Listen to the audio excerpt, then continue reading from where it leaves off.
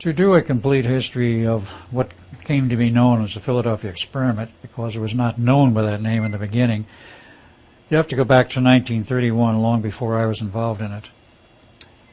In 1931, Nikola Tesla, Dr. John Hutchinson at the University of Chicago, and a staff physicist whose name I was given was Emil Kurtenauer. I did not know either of these other two people. Became involved in what was a theoretical study of how do you make an object invisible. Now, I don't know how this came up, why it came up at that time, or whether it's strictly Tesla's idea, or whether it was a mutual idea kicked around, because at that time he did a lot of travel and he did go to the University of Chicago rather frequently. In any case, they did what we would today call a feasibility study. How can you possibly do this sort of thing? And in the process of that feasibility study, of course, in 1933, Franklin Delano Roosevelt became elected President of the United States, 32nd President. And he called Tesla down to Washington to talk with him as his old friend, quite literally from World War I days, when in 1917 Tesla was invited to do work for the government, which he readily did. And he was separated at that point, as were many other engineers, from the old Marconi works, actually the North American Marconi Corporation, which was dissolved. In 1919, a new company was formed called RCA. Tesla became part of that, along with many other engineers who had been originally with the Marconi works. So he was holding down a position right through 1939 as an engineer, principal engineer, chief engineer. And in 1935, he became Chief of Engineering and Research worldwide for RCA. But this was also during the period when he was doing a few other things. He was, unlike his biographer, John J. O'Neill, said, he was a recluse living in his little room in the Hotel New Yorker. He was anything but.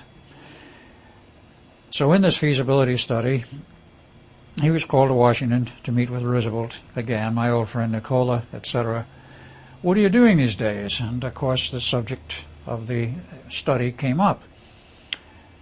Roosevelt made the suggestion to him after some discussion, I would like to have you continue this work. It sounds like it could be interesting, the possible military usage at some future date if it's successful. And I'll make you the director of this thing, and I'll see to it that you get some research money from the Navy. Roosevelt, of course, was a very strong Navy man and had all kinds of pull with the Navy Department. So they got money under the table, if you will, from Office of Naval Engineering to continue this research, and they moved it to a more convenient location, at least for Tesla as well as for other people, to the Institute of Advanced Study at Princeton, New Jersey, which had just opened its doors, so to speak, for business in 1933. There were 4 original people who signed on as full staff members. Dr. John excuse me. Let's see, we'll take it in order. There's Dr. Alexander, whom I know very little of. There's a Dr. Oswald Veblen. There was, of course, Albert Einstein. I'm sure everybody's heard of Albert Einstein. They all signed on in 1933, as well as my old mentor, John, what is his name? Damn it. Van Neumann? John Van Neumann, who also signed on at that particular time. All of them came on board in 1933.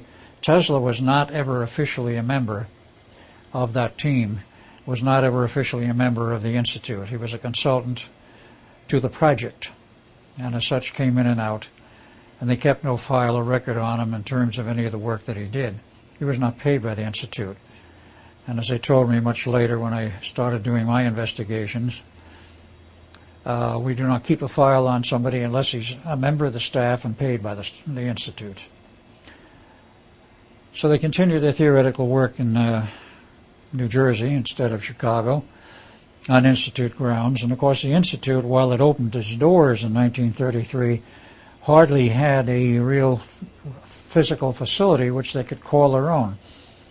So they used some of the other Princeton properties, and Institute of Advanced whatever was used in many respects as a cover for the fact they were using older buildings as part of the actual Princeton University. They did build an administrative hall called Fuld Hall, which was completed in 1939. They did build a new lab completed in 1939. Prior to that, they had an old wooden lab building, which I still have pictures of, and they used a lot of other buildings which were loaned to them. Eventually, they had all their own facilities, but it took time and money. How many people do you think were actually involved in the project at that time? Was it just those 4 or many others? At the beginnings of the Institute, there were only 4 people involved as actual staff scientists.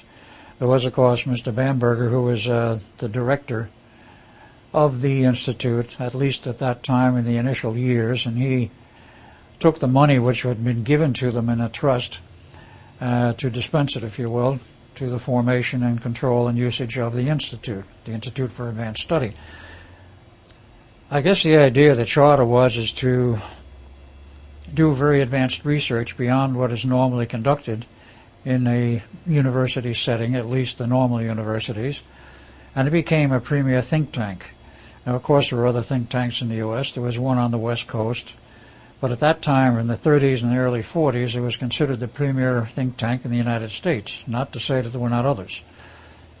And, of course, it attracted people like Albert Einstein and Dr. John von Neumann, and eventually other people that came on board, like T. Townsend Brown, who became part of the Institute because of one of the projects he was working on.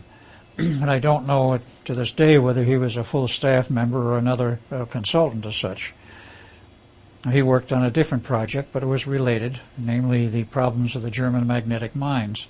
That was primarily done with the Navy, but it also overlapped the Philadelphia experiment, and T. Townsend Brown became part of that experiment and the theoretical work himself, because he was an expert in RF as well as certain other areas of physics. One of the other people involved as a consultant to the project was at MIT. There was a professor there, Dr. Norman Levinson, who has a rather interesting long history. He wrote 5 books on mathematics in the public domain. John von Neumann wrote some 15, including one compilation of earlier works. And those of John von Neumann went well past the time of his alleged death in 1957. Well, this is somewhat getting a little ahead of the story. But these people, the 4 original staff members, saw eventually an increase in the people working there. I didn't keep track of this because I was not on staff. I was with the Navy after I joined the Navy. This all happened prior to my joining the Navy in 1939 when I finished my work on the PhD in physics. And the prior history involves the fact that they did do an early experimental test, and that was in 1936 at the Institute. It was not successful. It was essentially a failure, but apparently gave them an indication of what they were doing and where they were going, and the fact that they were more or less heading in the right direction. As what I was told later after I joined the Institute, what they were attempting to do was create an artificial field around an object which they wanted to become invisible. Of course, they start with something fairly small to begin with, perhaps like a teacup on a table, or perhaps something a little larger, but a small object requiring relatively low power. But the theory says that what they were going to do to make it invisible was see that light and any electromagnetic energy would pass either through the object or around it. And if there is no reflection from the object, obviously it is invisible. There has to be reflected light to some medium, whether it's your eye or a camera, in order for it to be detected.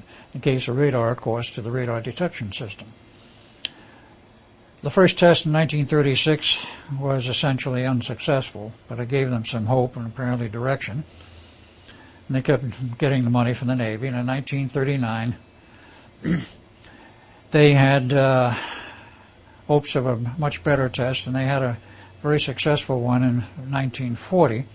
I became part of the project along with Brother Duncan in January of 1940. Let's go back a little bit and answer the question, why this interest in invisibility in the first place? The interest in invisibility in the very first place was more or less of a theoretical study, like Tesla engaged in these things. Can you do this? Can you do that? It was sort of a mental challenge to him. A, can you make an object invisible? B, can you get free power from nowheres? He was quite successful at B, to the chagrin of some other people, and of course that aspect of the work he did was later buried. And he did other things of this nature, many different projects, for the sheer sake of trying to do something new, something different. Also, of course, he had to be practical because he had a business manager who kept insisting, Mr. Tesla, you have to do something to make some money, because that was a prime concern at that time. He did not have a huge income.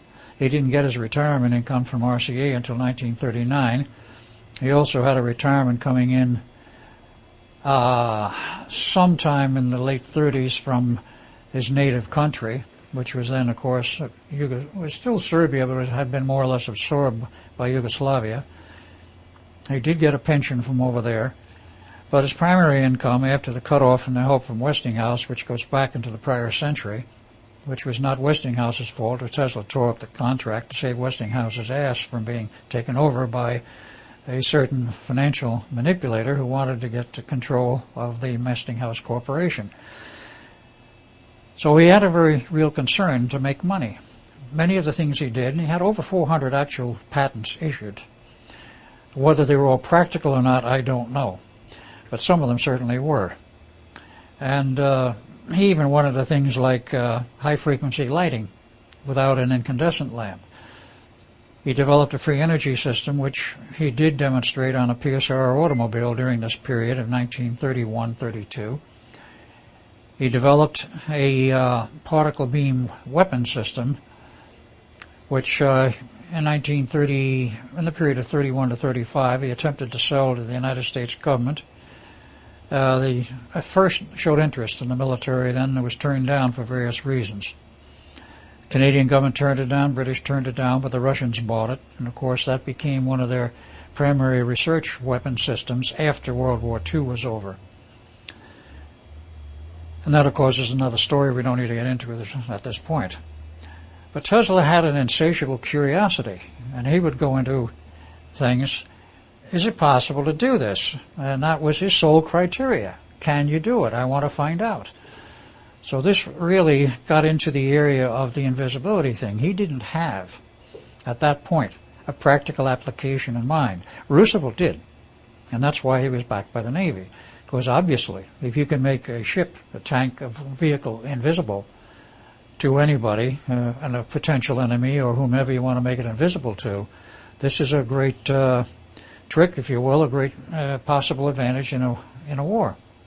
So that was their view as to why they wanted to push the development. Of course, as we became involved, in fact, before we became involved in World War II, with the British involvement starting in September of 1939, and the German U-boat fleets blockading Britain and cutting off their food supplies, military supplies, and almost everything, including oil, they were in a very hard strait, so they were running the blockade, and the Germans were very efficient at knocking down their ships, quite literally sinking 50% of the shipping.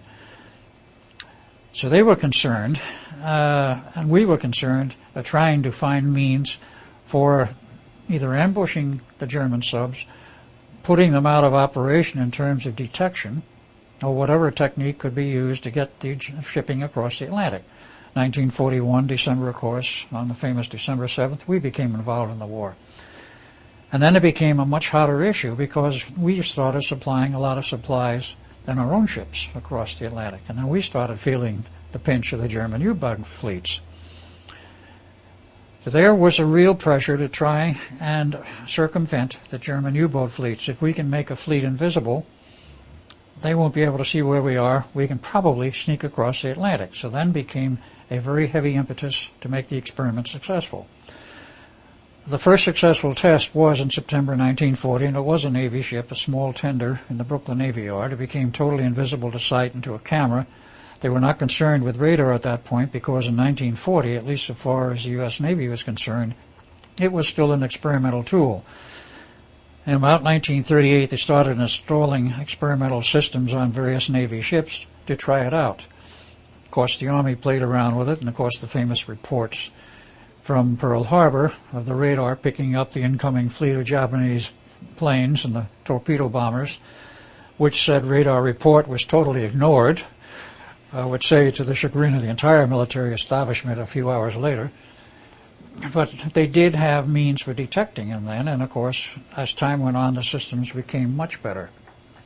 The Germans were perhaps ahead of us in radar development, totally independent of the British and American efforts, which were parallel, and they had good radar in their subs.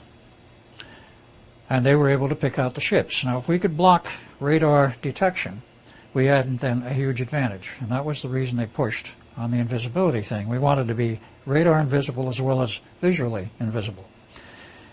So the pressure became, after that successful test in September 1940, A, the project was classified, B, it was given a name, Project Rainbow, and C, maximum amount of effort is to be poured into this project to see if we can be successful with a much larger ship than just a tender. Because if it was to be successful, it had to include merchant ships, large military, Navy ships, possibly up to the class of a battleship. Depends on what they wanted to put in the convoy. Anything had to be made invisible. So with that first successful test, of course, Tesla went ahead to expand the project, and Roosevelt, of course, said, I'm giving you a battleship to make invisible. If you can make this invisible, you can make anything invisible, and I'll move it into the Philadelphia Navy Yard for you to work on, which he did. Now, this happened in late 1940, and in January, we were attached to the project from January 1940 on, after Duncan and I had finished our school and gone through the 90-day Wonder School of the Navy, which was more orientation than anything. Now, that first ship that they did make invisible, yes, how large was it? It was a small ship, a tender, about 350 tons. Relatively small tender at that, because they have much bigger ones. Mm-hmm.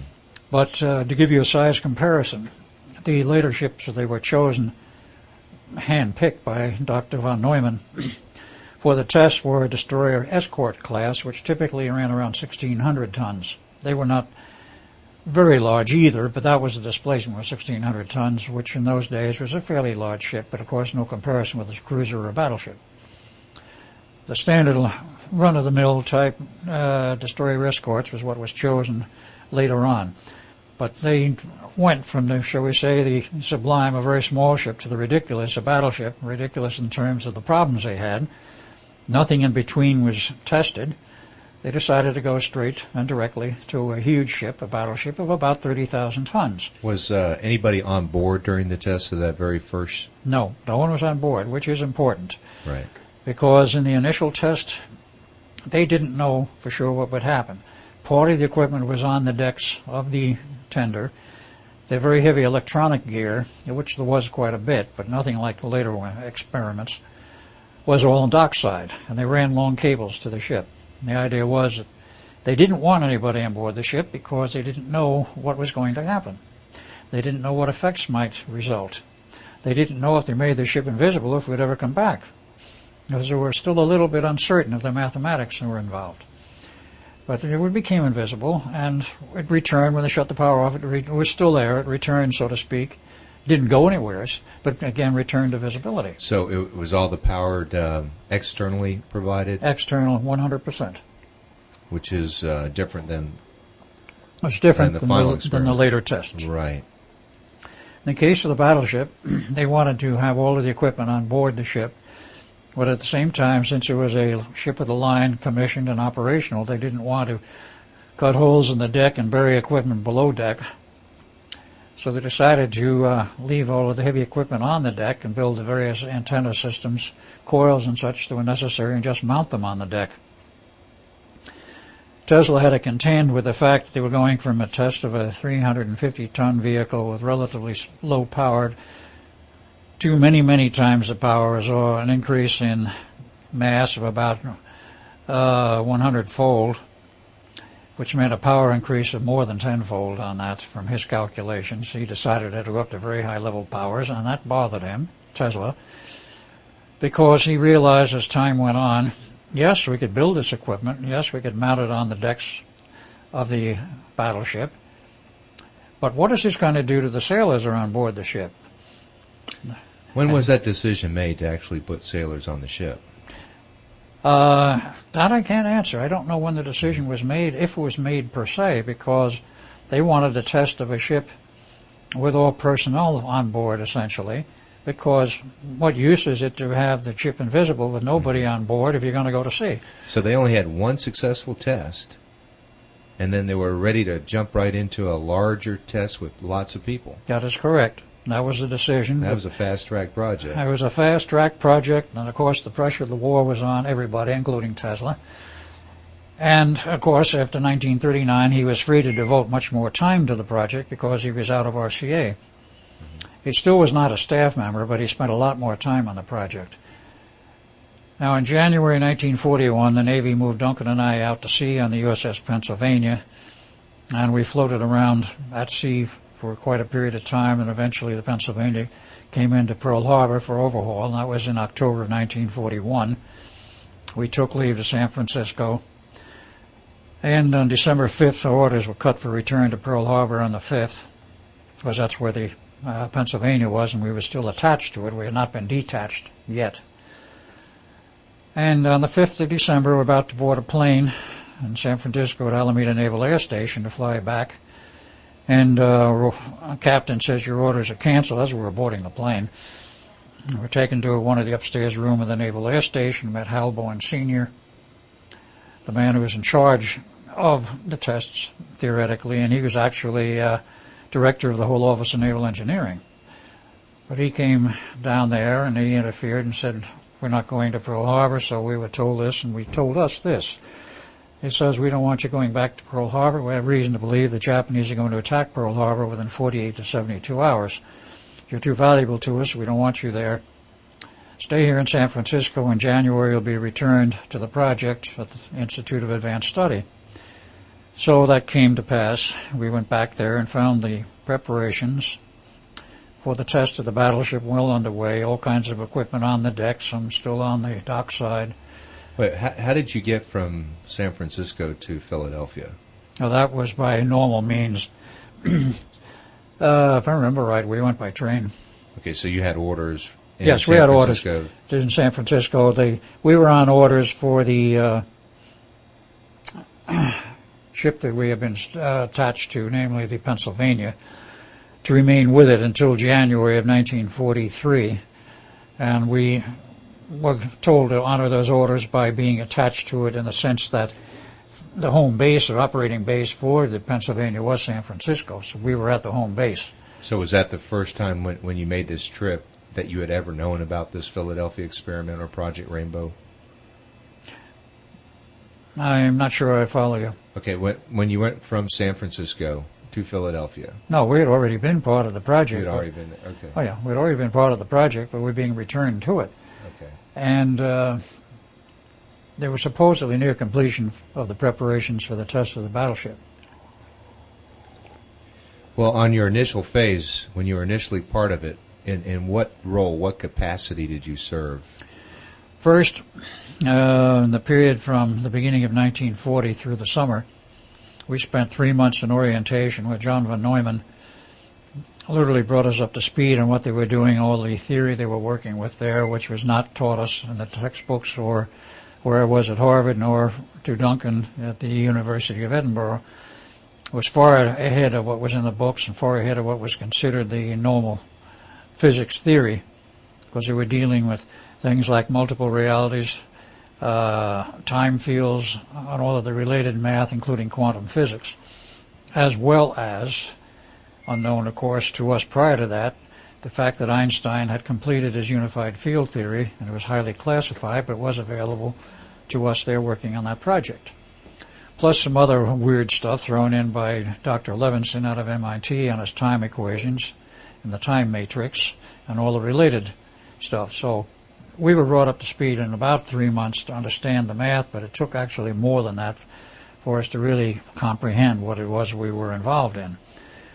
We had no idea when we joined the Institute. We were given orders literally to go there after we finished our training at the, so to speak, the 90-day Wonder School.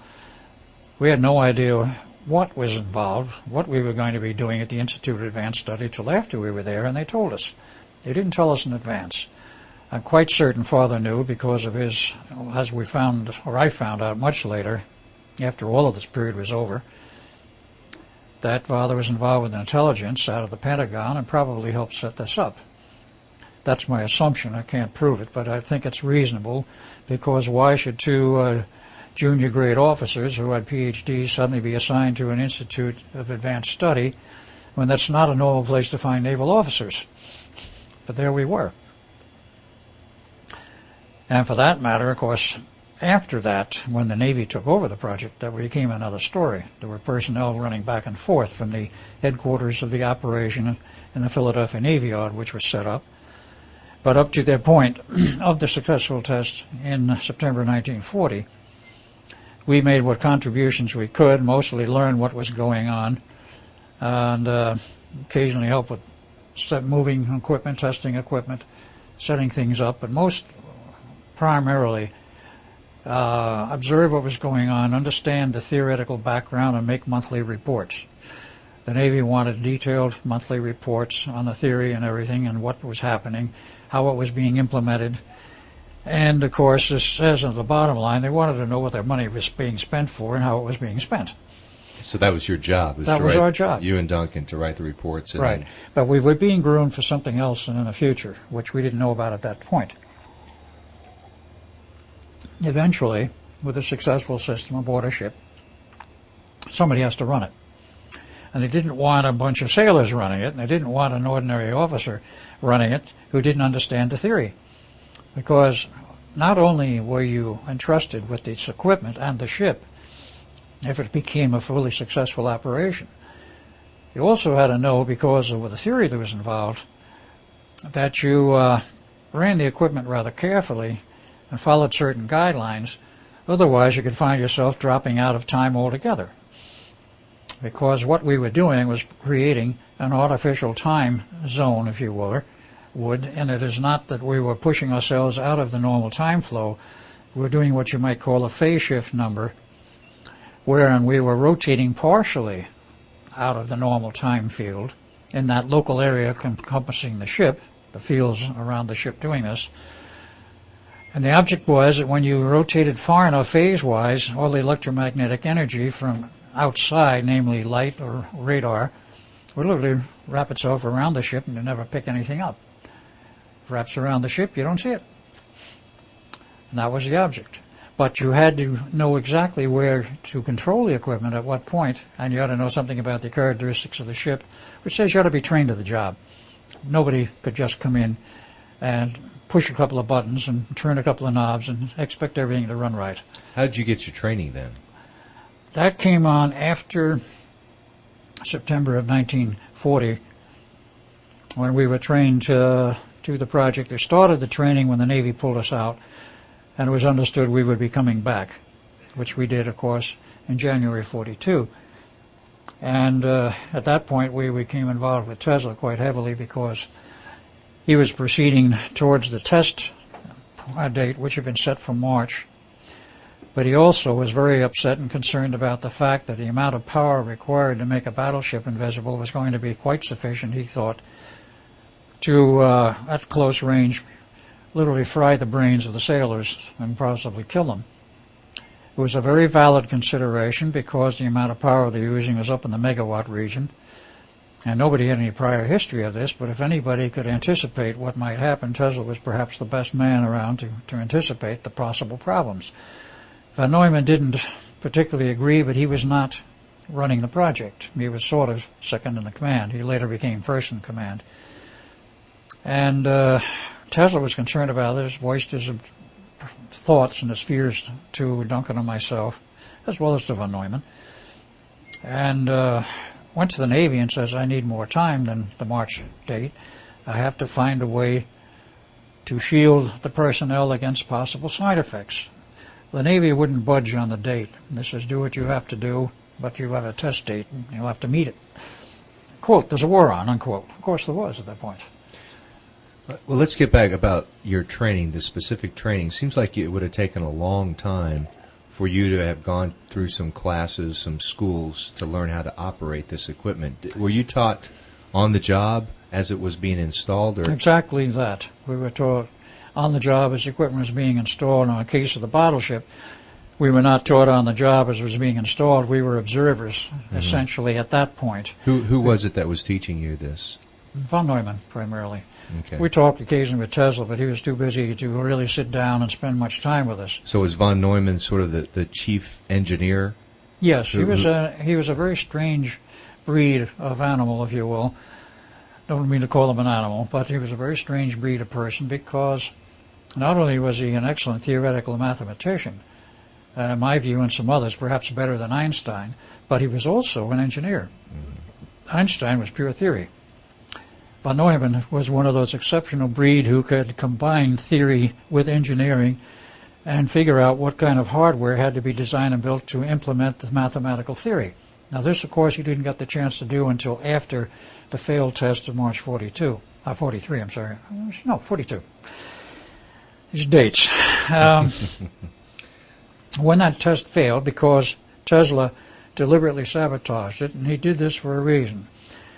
He was a very ethical man, and he felt that he could not risk the lives of the sailors in a test he was quite sure would put their lives at jeopardy. The Navy wouldn't give him more time to solve the problem, which he felt it could be solved. So he chose to sabotage the test, not have anything happen like produce invisibility, and not have anyone hurt. So when this occurred, namely, he sabotaged a few pieces of equipment so nothing happened. He says the test is a failure. I'm bowing out. I have other things to do. Dr. John von Neumann would be a very good choice for the man to take over. So everybody jumped on that, including the Navy, and accepted him as follow-on. So von Neumann says, well, I have to study this problem and see what went wrong. Well, he quickly found out what went wrong. But he decided he wanted to redesign most of the equipment. Not the basic approach, but he wanted to redesign the hardware. And, of course, he said this to the Navy and proceeded to do so. Now, during this time, then, Duncan and I became much more involved, or other technicians became involved who had to help with the equipment. But, of course, there was a gap from March 42 to July 42, during which time he was doing more theory and deciding what kind of an approach he wanted and what he wanted to do in terms of those who understand the engineering. The approach that Tesla used was a pure analog approach, i.e. continuous signals, 4 different modulations on a stable continuous RF carrier, plus modulation on the electromagnetic generators, the fields that were being generated internally, which of course meant that the power out of the generators driving the coils on the deck was modulated with a special series of modulations. I don't recall much about what they were doing with that, except there were 4 frequency modulations. 4 modulations of different frequencies for the AM modulation, because it was not FM, for the antenna system.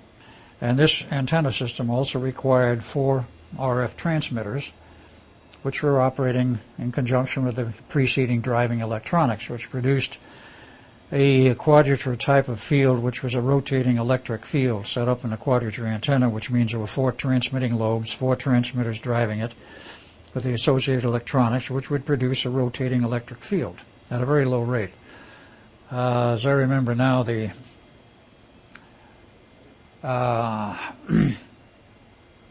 electric field was rotating at pi radians per second, which says 1/2 hertz. Frequency, which is to say it would take 2 seconds for the electric field to do a full 360 rotation. The magnetic field was rotating at half that frequency, pi over 2 radians per second. And the modulations on the magnetic fields were somewhat different. They also used 4 coils, so that because of the way the coils were configured and the driving was configured for the 2 generators, they could produce a quadrature field, a rotating magnetic field. The modulations are what determined the fact that you interlocked with the electric field and the magnetic field in a certain manner, so that by generating those 2 artificially, you locked in with the gravity field. Physically, how large was this equipment that was on the ship? In terms of which? The battleship, or in terms of the... On the battleship, yeah. Was it quite significant? Covered most of the forward deck. Most of the forward deck? Yes. What about the back? Nothing on the back deck. It was just all on the forward deck? It's all on the forward deck, and of course they had to put an antenna on the up top of the highest mast, and they had to have 4 coils which were arranged symmetrically around the high antenna. How large were these coils physically? They were essentially the same coils they used later on the Eldridge. They stood about 7 feet high.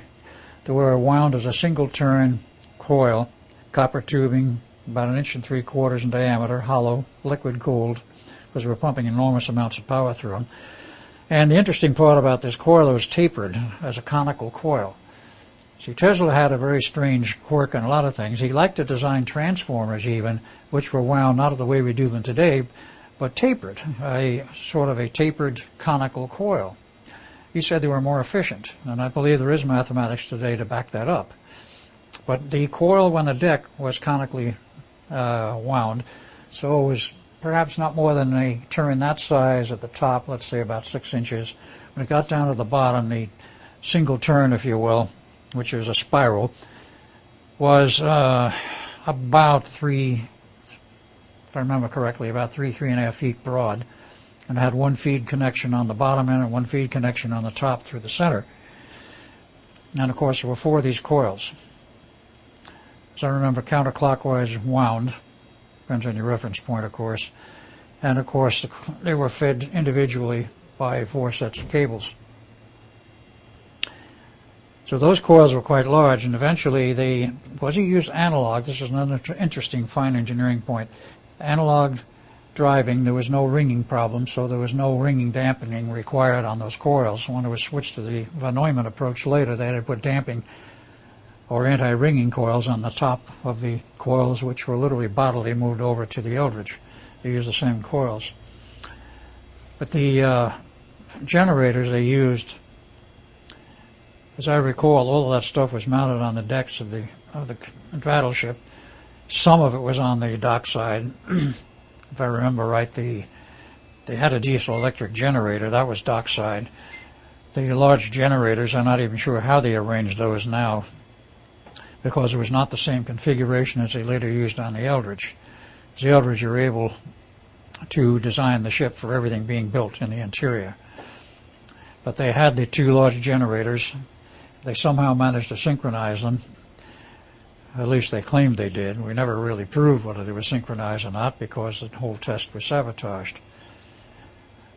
In the new approach, von Neumann wanted to use a digital, if I may borrow that term, a pulsed approach would be the more correct approach, but the more correct terminology, in which he had a 10% duty cycle, 10% on, 90% off, and he wanted to pulse it with very high power. He increased the size of the transmitters from approximately a 0.5 megawatt output each of the RF variety, that is 4 of them at 0.5 megawatt, to 4 of them at about 2 megawatts output, operating in essentially the same frequencies, 160 megahertz region, and of course with the modulation on that. Now I raised the question, remember this, I didn't think it was possible to generate that amount of power in the period around 1942-43 with the equipment then available. Well, it turns out, doing some research, as I ran across a book on the early radar systems for the Navy, they were generating tens of kilowatts and up to 100 kilowatts at frequencies up to 300 and 400 megahertz in 1940-41. The equipment existed, but it was not available to the civilian sector, we'll put it that way. What they built for the military was always years ahead of what the civilian sector gets, and that held true for this. The magnetic aspects, of course, was quite standard, except the generators they finally built for the Eldridge, or DE-173 as it was known before they dubbed the name on it, were quite special in design. Each had 5 field coils. That's rather odd, and I don't know why von Neumann chose to have 5 field coils, and they had 2 generators, which had to be driven by the same motor set, not a generator set, they were the generators. 750 horsepower electric motor, huge gear boxes, right angle drive. They mounted the generators vertically, that is the shafts were vertical. Shafts were about 8 inches in diameter, which they were monsters. The things were very heavy. They wanted the mass in there, the mass inertia. because you can pull out of that mass inertia enormous amounts of stored energy. And when they were pulsing the system the way he was, you had to use the mass inertia storage to get the additional electrical power out over the actual readings, which were 75 kVA each. So it became a very complex and interesting system. The 5 field coils on each one, the 10 total field coils, were driven with vacuum tubes. Now, was all the equipment on the Eldridge on the front of the ship as it was on the other No, ship? everything for the Eldridge was built underneath, below deck, Right. designed that way because what they did with the Eldridge, or shall I say DE-173, the one that was built for these tests was built in the Brooklyn Navy Yard, well ahead of the one of record, which is in the official Navy records, the 173 DE-173 named Eldridge, which was launched in July 43 and commissioned on September 27th or 28th of 43. That's the official record for the official Eldridge. The unofficial Eldridge, the one they used in these tests, which was given the same number and the same name, was built during the summer of 1942. That is the hull. In the summer of 1942, at the Brooklyn Navy Yard, was when the hull was finished, was launched about September of 42, moved to the Philadelphia Navy Yard, was towed over, put in dry dock, and they finished all of the rest of the work in dry dock, which meant all of the heavy interior machinery, drive systems, the ship's electric generator systems, a special diesel electric generator for this system, which was 8 megawatts. Quite a big monster. They couldn't put that on deck. So nothing was on deck during the Nothing testing. was on deck It for looked the like new a ship. normal ship. It was like appear to be and look like a normal ship. Mm-hmm. And this is the way they wanted to build them, but of course this was the first one and the first of a series, they hoped.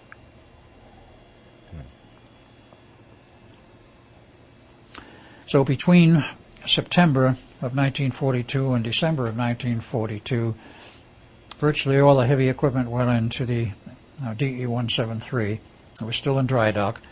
And they had all the heavy stuff in that they need to put in the ship, including all the normal drive systems and all the normal hardware, all of the ammo stacks, the guns, etc., except for turret number 2.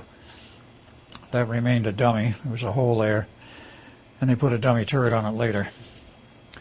When they got all the heavy stuff in, they took it out of dry dock, towed it over to the section in the back where they put in the rest of the electronics. That went on from January of 43 up through the period of June 43. Now, as Duncan and I had been selected, if you will, for these tests and for the whole project, Von Neumann decided during the summer of 1942 that what we really need, and the Navy fully agreed with him, was a specially selected test crew to be on this ship for these tests. Specially cleared, special aptitudes, etc., etc. They went throughout the whole Navy for over 3 months to get candidates they could select when they were properly selected, which included physiological testing and apparently genetic testing. For what reason, I don't know. They went through a 90-day school also, which my father, and then, of course, during World War II, working as a volunteer for the Coast Guard, trained him in a Coast Guard facility. When that was done, with pictures made of the graduating class, some 33 of them, and they were moved to the Philadelphia Navy Yard. Now, you had this picture on the CD, correct? Yes, I have it. Okay. And I'm going to take a trip.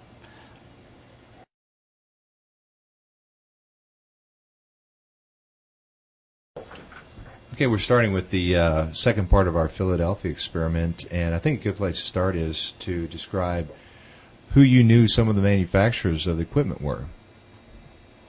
Okay. Since originally it was a Tesla project, one has to look a little bit at the background of Tesla in order to understand why he leaned rather heavily towards Westinghouse for all of the generators and motors and such. If you go back a little bit in his history, of course, it was George Westinghouse that first set him up in terms of the patents that Tesla had for the AC motors and generators, which Westinghouse built. Westinghouse held the 20 patents and, of course, paid huge royalties to Tesla until Tesla tore up the agreement to save Mr. Westinghouse's neck. So he always had a strong favorable leaning towards Westinghouse and Westinghouse equipment. On the other hand, GE he would have nothing to do with because GE was always backing Mr. Thomas Edison. And, of course, he had a very nasty run-in with Thomas Edison as one of his employers when he first came to the United States. Edison welched on an agreement to pay him $50,000 bonus if he would finish a project in time, and that project happened to be stopping the arcing of brushes in DC motors, which Edison was building then through various organizations. Edison did do quite a bit of manufacturing himself at first, but then later on became strictly the inventor and having other people do all the work. But because of that incident, he wanted nothing to do with Edison or anything that Edison was connected with, so GE was out of the picture. As time went on, of course, Tesla was out of it. Von Neumann was not about to change horses in midstream because Westinghouse certainly built good equipment. They were building very excellent equipment, and they were already supplying some of the equipment for the project. Now, insofar as the transmitters were concerned, FTR, or Federal Telephone as it was known then, later on became known as Federal Telephone and Radio after World War II, was quite a large supplier of radio transmitters for a number of years, both for the military and commercial. They're not known under that name anymore today. I'm not sure where they fall into in the current realm of transmitting equipment and whether they're even in business anymore as such or whether they've folded and were totally absorbed. But that was the preference and choice of Tesla at that time, and of course von Neumann followed along with it because he wasn't about, with the pressure that was on him to get equipment built and tested, to change to another supplier in midstream and start the whole process all over again, because it doesn't make sense when you're on a tight schedule. So that was some of the names of the equipment that were involved there, and so far as winding coils and some of those other things are concerned, I think a lot of that stuff was done right in the shops of the Navy. The antenna system could have been built by FTR, could have been built in the Navy yards for that matter, because they did have manufacturing facilities. And at that point with the antenna system, excuse me, one of the other people who was involved in designing the antenna system after Tesla was out of it, as well as during the time he was in it, and a number of other consultants came in, became part of the project in one way or another, and the total number of personnel kept going up because the aspect they considered was how fast can you get it done, or more people get it done quicker. Sometimes they get in their own way, but at least that was the thinking at the time. There was quite a lot of people involved with the project, both at the Institute and in the Navy Yard, or the principal effort was in the Navy Yard. They had a building there, shows in the pictures I have, in which the upper floor, the top floor, was actually reserved for this project and the personnel involved. And there was quite a lot of personnel at one time involved with this because the liaison efforts for getting hardware were quite enormous. And in the war years, you wanted stuff as fast, and you had the priority system. And it was AA, single A, AA, AAA priority, and if it was a real crash priority, you had some level above that, and somebody on the phone, possibly an admiral, calling up the manufacturer saying, we had to have this yesterday. That type of attitude prevailed all through the war and all through this project. And it got rather humorous at times, the way companies were cut out of projects and given on a crash basis another one, or somebody who had a lower priority suddenly found themselves on the waiting list. So would you say that this project had the highest priority possible? It definitely did at that time have the highest priority possible. It was in the same category as some of the other projects they had with a maximum priority, like how to handle because it was involved with handling the problem of the subfleet menace, so it had the highest priority. Other things had very high priorities too, but that was on the highest echelon insofar as the Navy was concerned at that time, other than building ships, which was in a separate category. But we had to build that one ship for the test, and when it came to the time when they were ready to test equipment, the first thing they had to do was take the ship out to sea for a shakedown cruise, which is typically 3 days, and make sure it didn't leak, that everything worked, and so forth. And they had a dummy turret they put on turret number 2. And I might add that class of ship, which was a destroyer escort, only used a 3-inch gun mount at that time. They had 3 on some of them, 4 on some of the others, but they were 3-inch mounts. The 3-inch mounts did not have a fully enclosed turret. They had a partial turret, that is a sheet of heavy armor-resistant steel, which stood about 6 feet, a little over 6 feet high, off the deck, which shielded the gunners operating behind the gun, which had a plate mount in front of it. But it was not a complete turret, completely enclosed. When they went to the 5-inch turrets, then they enclosed them. That came on the later runs of the DEs and, of course, the larger ships, the Ds. The DEs were smaller ones, the DEs, and then they came to another class afterwards, which was still bigger. Small cruisers had 5-inch and up. Large cruisers still larger. But that was the kind of equipment we had to work with in the priority system. And after the shakedown cruise, of course, which involved a standard type of crew, they were ready to conduct the test. Then they started, shall we say, digging into the pickle barrel for the people in reserve for the actual testing of this equipment on that ship. They wanted a selected crew for several reasons. They didn't know what all may happen in terms of the effects on the personnel, number one. Number two, they wanted people who were selected which could be classified, highly classified, and kept silent, hopefully, about what happened. That fell apart later. But also that they could keep track of them in terms of medical results, medical problems that might develop. That was where Oscar Schneider came in, who was the naval officer in charge of the whole medical aspects of the tests. Excuse me, Oscar Otto Schneider, Captain USN, originally in the German Navy, but that was a story that only came out much later, just before his death. It was only then that he told it to his son, and this was about 1986, approximately, he told the story. He was a U-boat commander, wasn't he? He was a U-boat commander originally, captured by the French about 1940, turned over to the Third Army, and then certain negotiations took place, which I've never gotten completely to the bottom of.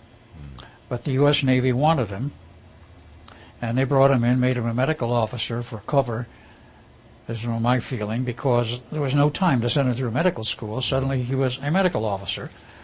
And he was in charge of the medical aspects. Did you interact with Oscar Schneider very much during this experiment? No, I saw him, but I didn't interact with him. So no more than in a very peremptory manner, and of course certain aspects of it. Everybody involved with the experiment was going to be on board the ship for the test. They had to go through a series of medical tests, biopsies where tissue was cryogenically frozen and put into a vault for future reference. So if he wasn't really a physician, what do you think his true role was, this Mr. Schneider? That is something I'm still trying to get to the bottom of. But since I learned, at a much later date, of course, the fact that Phil Schneider's father, Oscar Schneider, had been in the German Navy, was a U-boat commander, and the U.S. Navy wanted him, one has to ask why, obviously. Now, when some of the answers came through much later, I found out, among other things, in the course of research, that the German Navy was running their own program of invisibility at that time, the same parallel with ours. Only they were not testing surface ships, they were testing it on submarines to see if they could shield them so that we couldn't detect their subs, which would make sense in terms of a war. And that test, or a series of tests, were made on their subs at sea, and apparently they were all failures. They lost every one of them. But during the process of the earlier phases of the test, there was a liaison between the United States government officials, certain ones, and the German Navy. How this was handled, I do not know, but I do know later it turned out that somebody I met, and the whole story came out, that he was in the German Navy at that time and was actually detailed to come over to the United States, meet with personnel involved with the experiment, namely myself, at Montauk Point, And when he would literally come in on a German sub, park out there off the point, they would bring him in by boat, there would be an exchange of information, and he would go back to Germany. And I was apparently authorized and ordered to give him an exchange of information. Don't ask me why. But this went on to a certain point, and it stopped. We know later, of course, that the Germans failed utterly in their testing, and they lost every sub they turned the equipment on with. They were missing something which apparently we hoped that we had, namely the magic formula to make it work. But that was one of the strange aspects, because there was that liaison going on, and that says something else. Since I've examined all of the effects that were available after Oscar's death through his son, after his son's death, I inherited some of the books, and some of the books involved notebooks written by Oscar Schneider. I don't know when he wrote them or where he wrote them, whether it was in the U.S. or in Germany before he came into the U.S., but they detailed a lot of highly technical stuff, mathematics, and he was apparently working on the borders of, or in some manner was involved with the invisibility experiments of the Germans. That is the only thing I can see as the reason why the United States Navy would jump at the chance to get him. Otherwise, he was just a German sub-commander. Why would the U.S. Navy want a German sub-commander in the U.S. Navy? Yeah, but then why position him as a physician? Possibly to cover up other aspects. I'm only guessing Hard at this to point tell, isn't it? because Okay. I don't know. So you just briefly saw Oscar Schneider from a peripheral Right. point. And as playing his role as a physician. Now, later on, his career, and he told this to his son, and I got the information from Phil, about 1955 or 6, actually around 55, because he was still on the periphery of the experiment, still writing notes and letters regarding the Philadelphia experiment. He got fed up with the whole business, and he wanted out of the program. So he was transferred over to the nuclear sub-program, and he became part of that.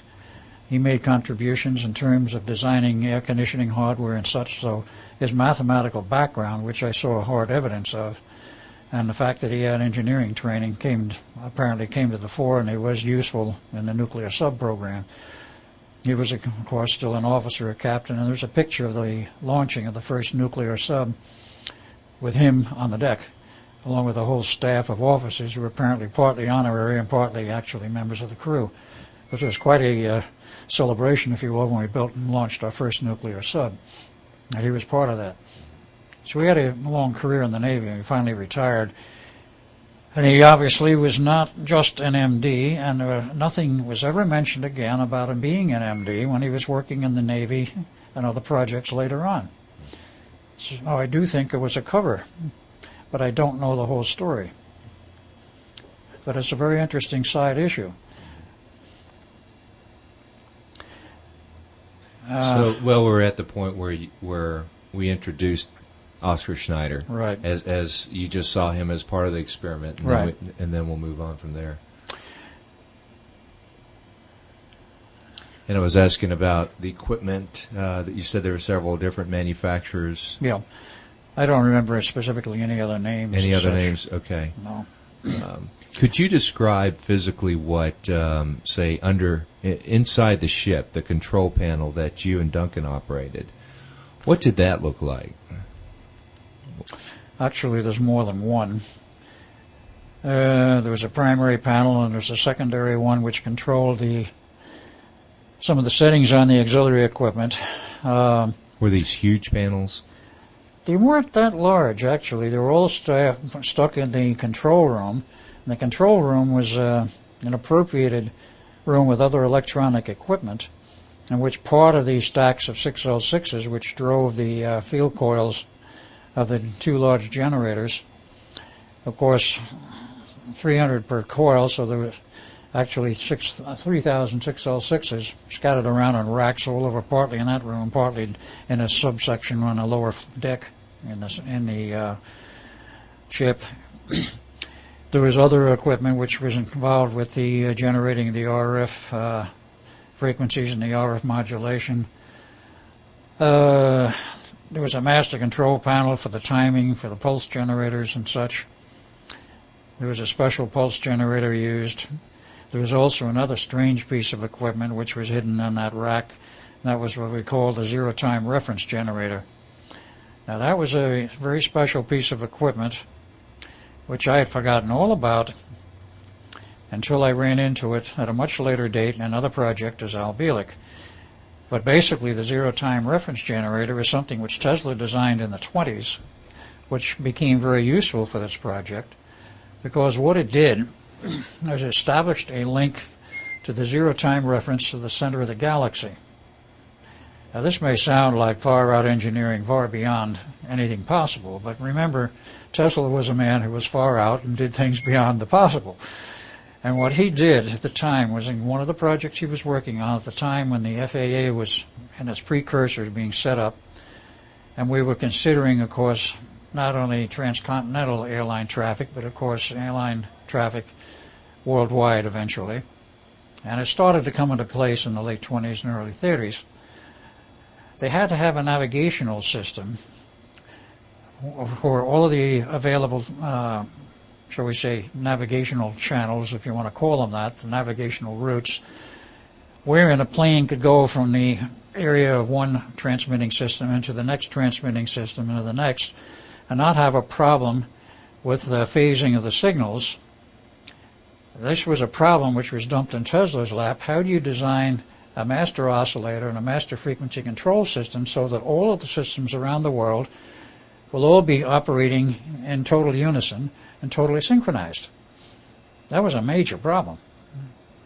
I would say today you use phase-locked oscillator systems, and of course you can do it via satellite, link them all together so that they're all phase-locked to each other. There was no way of doing that at that time. Not that they couldn't design a phase-lock oscillator, but we were talking about synchronizing systems around the planet, which nobody had a concept of how the blazes you're going to do it. Hey, Tesla, maybe you can solve this one for us. And he did. It was called the zero-time reference generator. Now, what is this thing in terms of the physical hardware? It is something which is very hard to explain. I've had units in my hands. I still use them, and because later on I found them still being used. The FAA was still using them in the 60s. They're probably still using them today. You set up in a rack box, a standard 19-inch rack, a motor operating off the AC line at 60 hertz and a generator system which generates a certain series of frequencies, and there is a feedback coupling between them, and there's a mechanical coupling, and nobody can fully explain to this day how the system works. Probably Tesla could easily, unless somebody in the secret elements of the government and the various secret communities has figured it out. At a certain point, the motor and generator system lock together. You can hear it wind up, and then it goes and locks into something, and nobody knows what it is, but you come out of the toothed wheel, which is on the back of the generator. A series of generating systems involving toothed wheels and magnetic coil pickups. The basic stable frequencies for the ILS system, 90 hertz, 150 hertz, divide down to 30, and a couple of other frequencies, including, I believe, 1 kilohertz. These things, these frequencies, are an absolute phase lock from every system that exists around the planet, no matter where it's physically located. And there's no electrical connection between the physical location of one transmitter to the next transmitter. They're locked to what is called the zero-time reference of the entire galaxy. And how Tesla figured that one out, nobody knows. But it works. And the FAA hasn't asked questions since, except the one time when I was working for one of the manufacturers. This was 1969 in Kansas City, Missouri. They were manufacturing ILS ground transmitter systems for for the FAA. I looked at the schematics, I saw this thing, and I said to my bosses, in this day and age, why are they using a mechanical monstrosity like this to generate the primary frequencies? I says, why can't they use more modern electronics? He says, I've asked the same question. He says, I went back to the FAA and asked them, and they told me, quote, don't ask questions, just build it, unquote. So, there are some hidden engineering aspects of things which you don't get answers to. Okay, so that was in the that room was where part you of were. The system, and it's very important for this Right. reason, that it provided the reference so that actually they didn't anticipate it, but when the Eldridge, for to move in space-time, would have a reference in order to come back to the same starting point. Right. And this is, of course, what eventually was responsible for the Eldridge, after it went into hyperspace, coming back. That piece of equipment had to be kept intact, and was not something we used an axe on. Other pieces of equipment, yes, but not that one. Yeah, without that, you wouldn't know where to go back, right? Right, the ship wouldn't know where to go back. None of the electrical systems, none of the collapsing fields would have a reference. Mm-hmm. And the ship would have no reference. They could reappear anywheres. Anywheres meaning Anywheres, any time? Any time, any little physical location. Any dimension? Any dimension, anything. That was one of the key elements involved with this, and one of the strange aspects I'll get into later, mm-hmm. of why the Eldridge locked up with the Montauk project is also involved with that particular key piece of equipment, the zero-time reference generator. That was key to a lot of problems as well as solutions. But in any case, that was part of the equipment that was buried down there. There were racks of equipment. There were the two huge generators. They had to be synchronized, and they couldn't do this mechanically. And there was another man brought in who was in the Navy at the time, but apparently an electrical engineering expert. He designed a system to electrically synchronize the two generators so that they would be in exact phase relationship to each other, so that the 5 coils in one and the 5 coils in the other would produce the appropriate frequencies totally phase locked to each other, so you didn't have any drifting phase between two sets of coils and the other two sets of coils. So that was another major element. There's a lot of hardware that had to be all tied together and work together. And all of the modulating systems. I don't remember the details on most of those now. But the very large equipment, I do remember fairly well. Did you oversee any of the actual building and installation of this equipment into the ship, or when you and Duncan arrived, had it already been assembled? No, we saw it being installed in the Eldridge because we were there at the time that all of that was ongoing.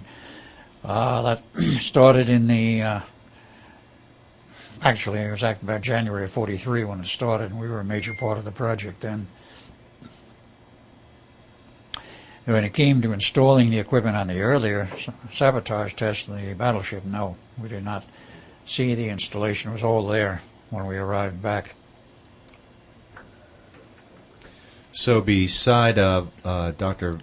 Van Neumann and Oscar Schneider, were there any interesting characters assigned to this project that you know about?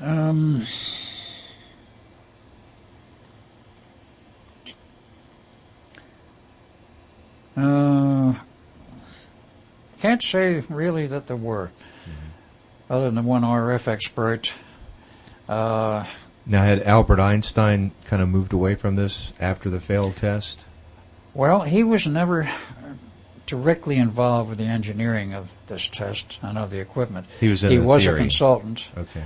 And he was involved in the theory. He was concerned with some of the hardware which was carried daily on board and off the ship. There's a certain key piece of equipment. I'm not sure now what that was. There was actually a photo of that somewhere in the archives. But he was concerned that certain aspects of it were carried out according to his wishes. Did you ever meet him, Albert Einstein? I think I met him once. It was when he was reviewing perhaps the key personnel working on board the ship at that time for that project. Mm-hmm. But he seldom got that involved in it. He was more an internal consultant to about a dozen projects ongoing at the Institute at that time. Okay. So I guess we're right now at that point where they're ready to conduct the test. Right. With the Eldridge. Right. They picked half of the crew plus some officers. There was a skeleton crew on board the ship because they weren't going out in the ocean. They were just going down river, if you will. And about 6 miles down from the Navy yard itself, adjacent to one of the islands called Tinicum Island, they theoretically dropped anchor. They did not drop anchor, but that was where they decided to become stationary in order to conduct the tests. They had one observer ship. There was an aircraft carrier. There was an officer in charge of these tests, a man by the name of Captain Harrison, who I learned all about again through his son much later in the 80s and in the 90s in Los Angeles. But he was in charge of the test in terms of the Navy's interests. Von Neumann, of course, represented the Institute and the technical interests. So you're saying that there was an aircraft carrier that observed this test? Yes, it was used as a small carrier, not a full-size one. Mm-hmm. They had some smaller ones. Do you remember the name of that aircraft carrier? No, I do not. I may have it in my notes, but I don't recall it now. Mm-hmm. But in any case, they were adjacent to the ship to observe the invisibility effect. They had sailors stationed on the deck of the Eldridge to literally observe what they saw and what happened as the fields built up and as the experiment was underway. So when the Eldridge was out there, you said it was a couple miles downriver?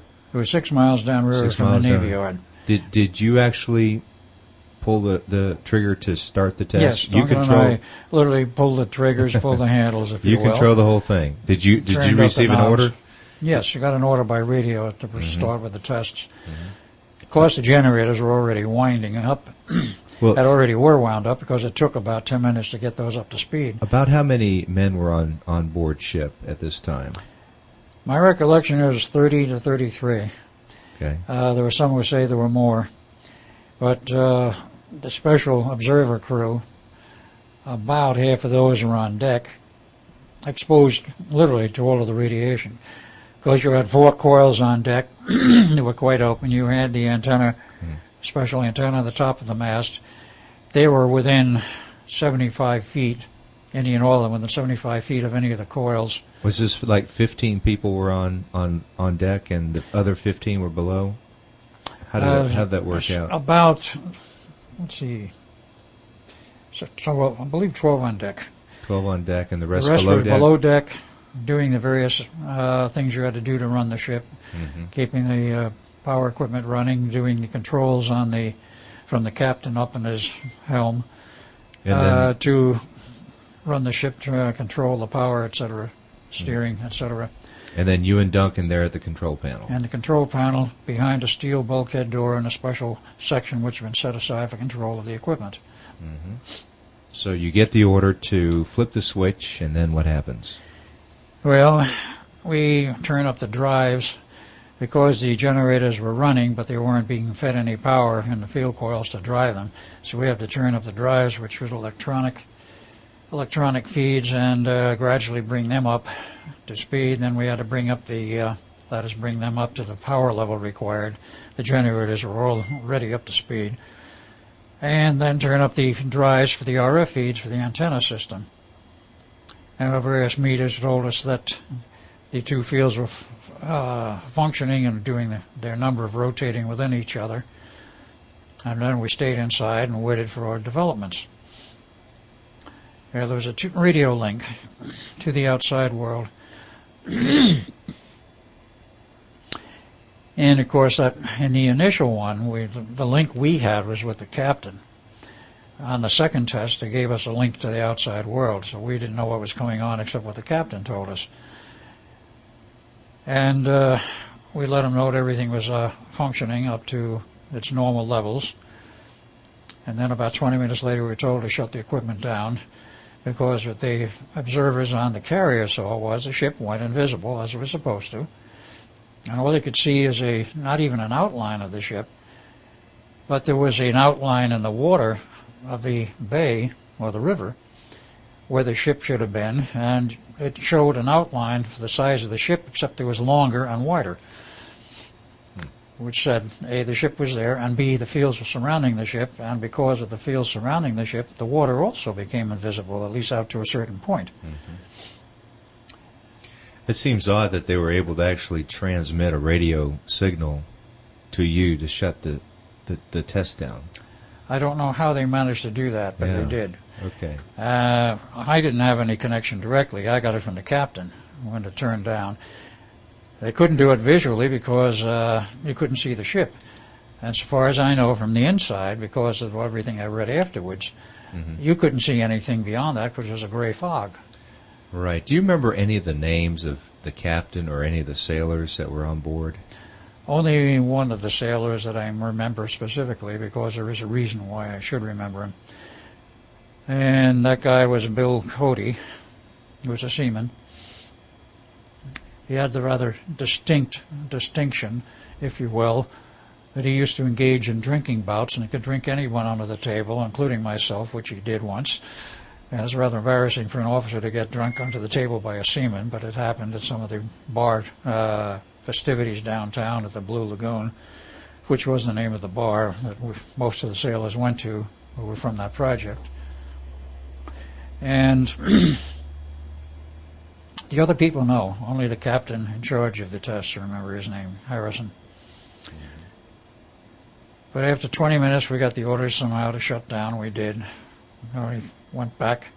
Orders were also to return to the Navy Yard. We did, and then that's when they found out we had a sick crew. Those were on the deck. They were highly disturbed emotionally. They were disoriented physically. But the ones below deck were fine, right? The below deck, because of the steel shielding, were okay. In those days, the destroyers were built of steel. Now they build them of aluminum. So the steel was an excellent shielding against the magnetic fields, because they had a shield against both RF and magnetic. The magnetic fields alone could have given them severe problems. So you're talking about the 12 people who were above deck. They were pretty sick. They were very sick, disoriented, wandering around. They hadn't fallen into the deck. They hadn't disappeared or anything, but they were quite ill and nauseous. So the Navy, of course, picked them up and went into sick bay, and Van Neumann says, we'll need a new crew, and the Navy says, not to worry, we'll have a new crew for you. And then he said to the Navy official, he says, well, I've got to study this problem, find out what is going on here, what's wrong that these guys are sick. What can we do about it? Because obviously you can't have that if you're going to go across the ocean with one ship and one complete group after another. If you're going to have a major commerce across the ocean with all the ships invisible, you can't have everybody getting sick. So he said he'd study the problem, and then he said, I won't need time for this. The Navy didn't say anything at first. Then they indicated to him, along about, I think, 1st of August, says you have until the 12th of August to finish these tests or forget it, which in engineering parlance is a drop-dead test date. No one could understand why the Navy was dictating a drop-dead test date. How much time was it? You said 12th of August, right? Yeah, this is about 12 more days. Oh, in 12 days, so it was like... So everybody worked around the clock. Wow. And they did so, yes, we don't want optical invisibility, only radar invisibility. If you can change that so we only have radar invisibility and not optical invisibility, we would prefer this, because in those days you had no low-range shore or all the navigational systems we have today. It's questionable whether they would have worked under those conditions too, but in any case, we don't want the ships to be invisible, because at night in a convoy we could have one ship ramming another. Yeah, but you were so far along. I mean, this system was designed to give you invisibility. Right. And how could you in 12 days have any chance of changing any of the engineering around so that all you could do is have optical or radar invisibility? Van Neumann said it was no problem to do this. You just backtrack slightly on how far you carry this in terms of the phase differential field in relation to the main field. Mm-hmm. And he apparently was successful in doing that, as subsequent results showed. Okay, about the 9th of August, everybody started to get a queasy feeling in the pit of their stomach that something was very, very wrong. Nobody had any idea what. But many people, virtually, not in the entire crew, but virtually the entire crew, felt very uneasy. As I recall, Van Neumann didn't. The other officers didn't, but I did and Duncan did. It would only be another 3 days before we found out there was really something radically wrong. But it was not with our equipment. Comes the 12th of August, of course. We go again back down to the first test site, very close to it. And then we have, for this test, 3 ships for observers. A carrier, a Coast Guard ship, name unknown, and a commercial ship, one of the merchant ships, the USS Ferguseth. And, of course, the various observing people on board them.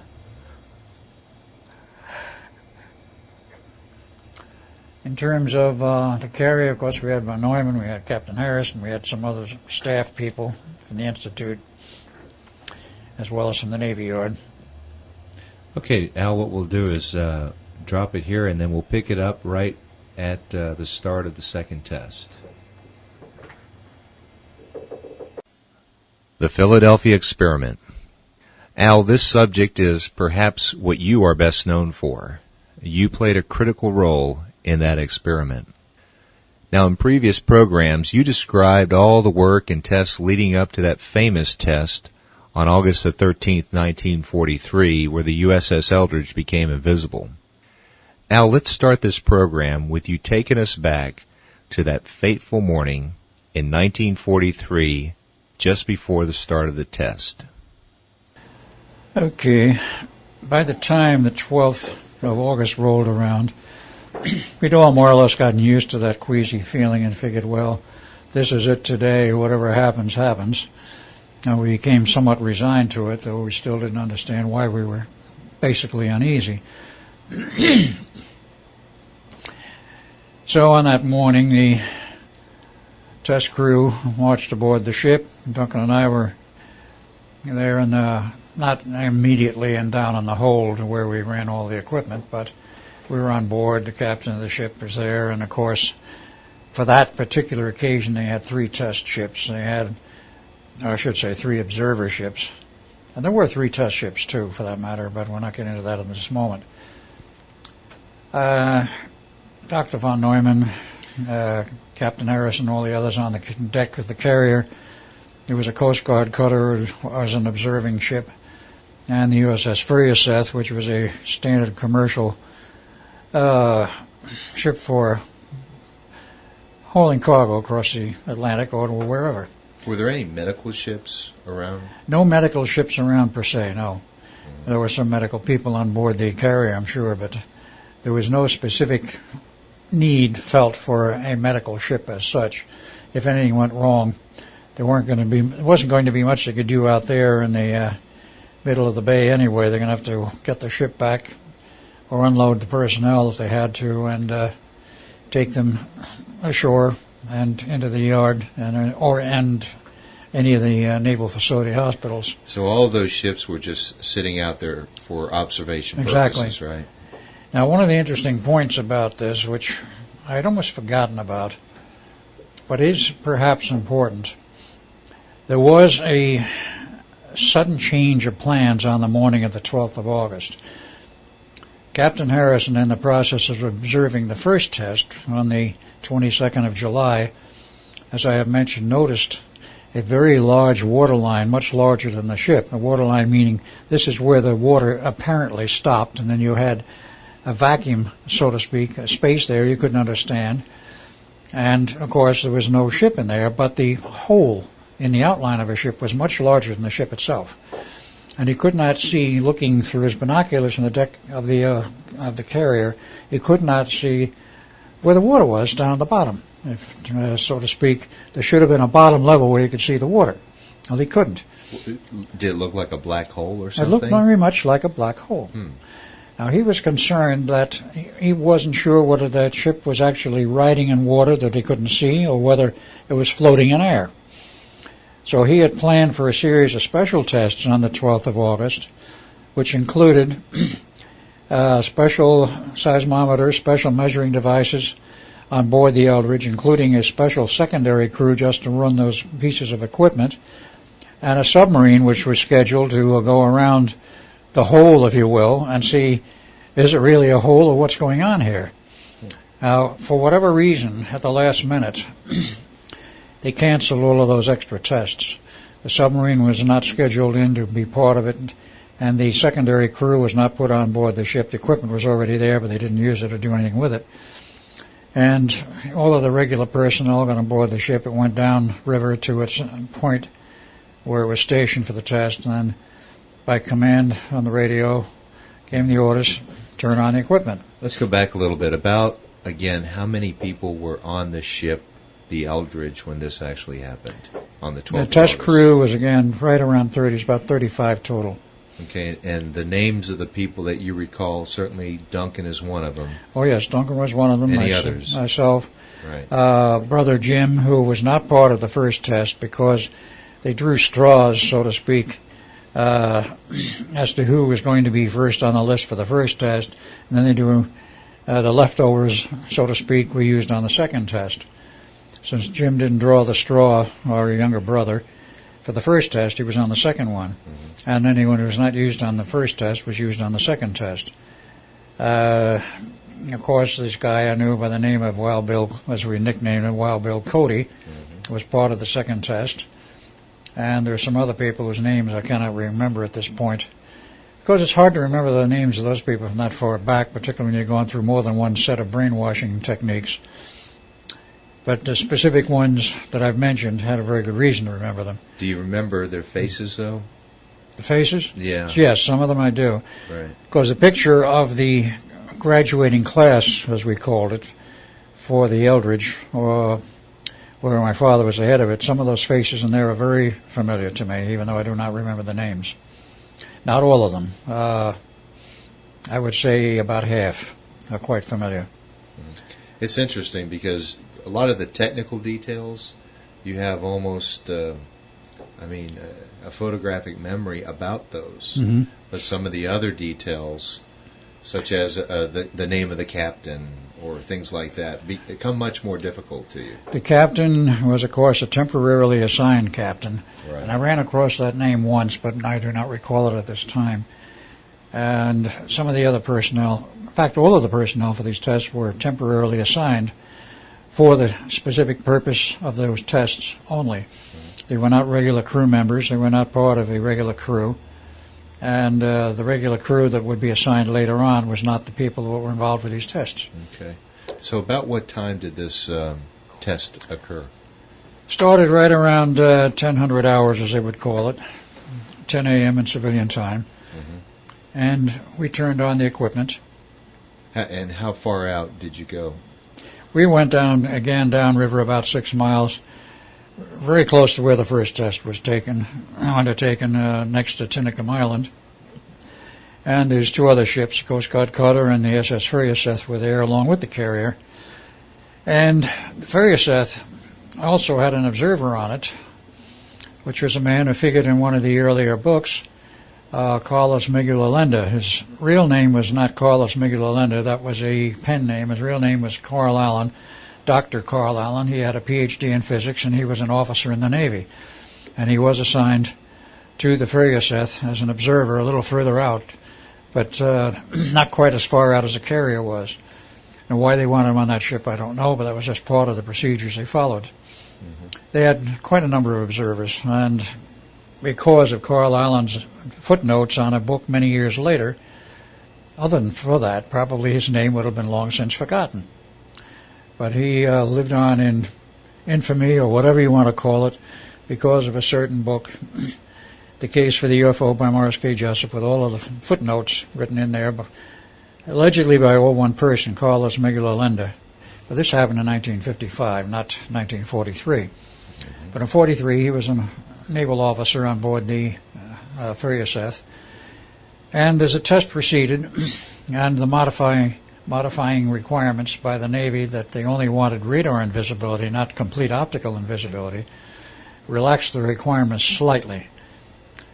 But the reason they stated that they only wanted radar invisibility was because at night in a storm, they would not be able to see adjacent ships in a convoy, because at that time we didn't have the long-range navigation we have now. We didn't have satellites. We didn't have all of the modern systems which you can pinpoint where a ship or car or whatever is, as long as you have the transmitter on board. So the thought was, we've got to be able to see them at night, even if it's through a fog. and some kind of a signaling device so we can tell where the other ships are. This would not change in any respect the fact that the ships would be radar invisible, because radar is a different function than, let's say, a light system or a light relay or a light communication system. So the equipment was turned on. Everything seemed to be working insofar as the observers on the three ships were concerned for about 70 seconds. You could see the ship through a greenish haze, but you could not see it on radar. It's totally blank, which is what they wanted. Then there was a blinding flash of light of some kind, and the ship disappeared. The waterline disappeared, and it was just plain bay water. No hole, if you will, where the ship should be. Like the last experiment had. Like the first one had. Yeah, right.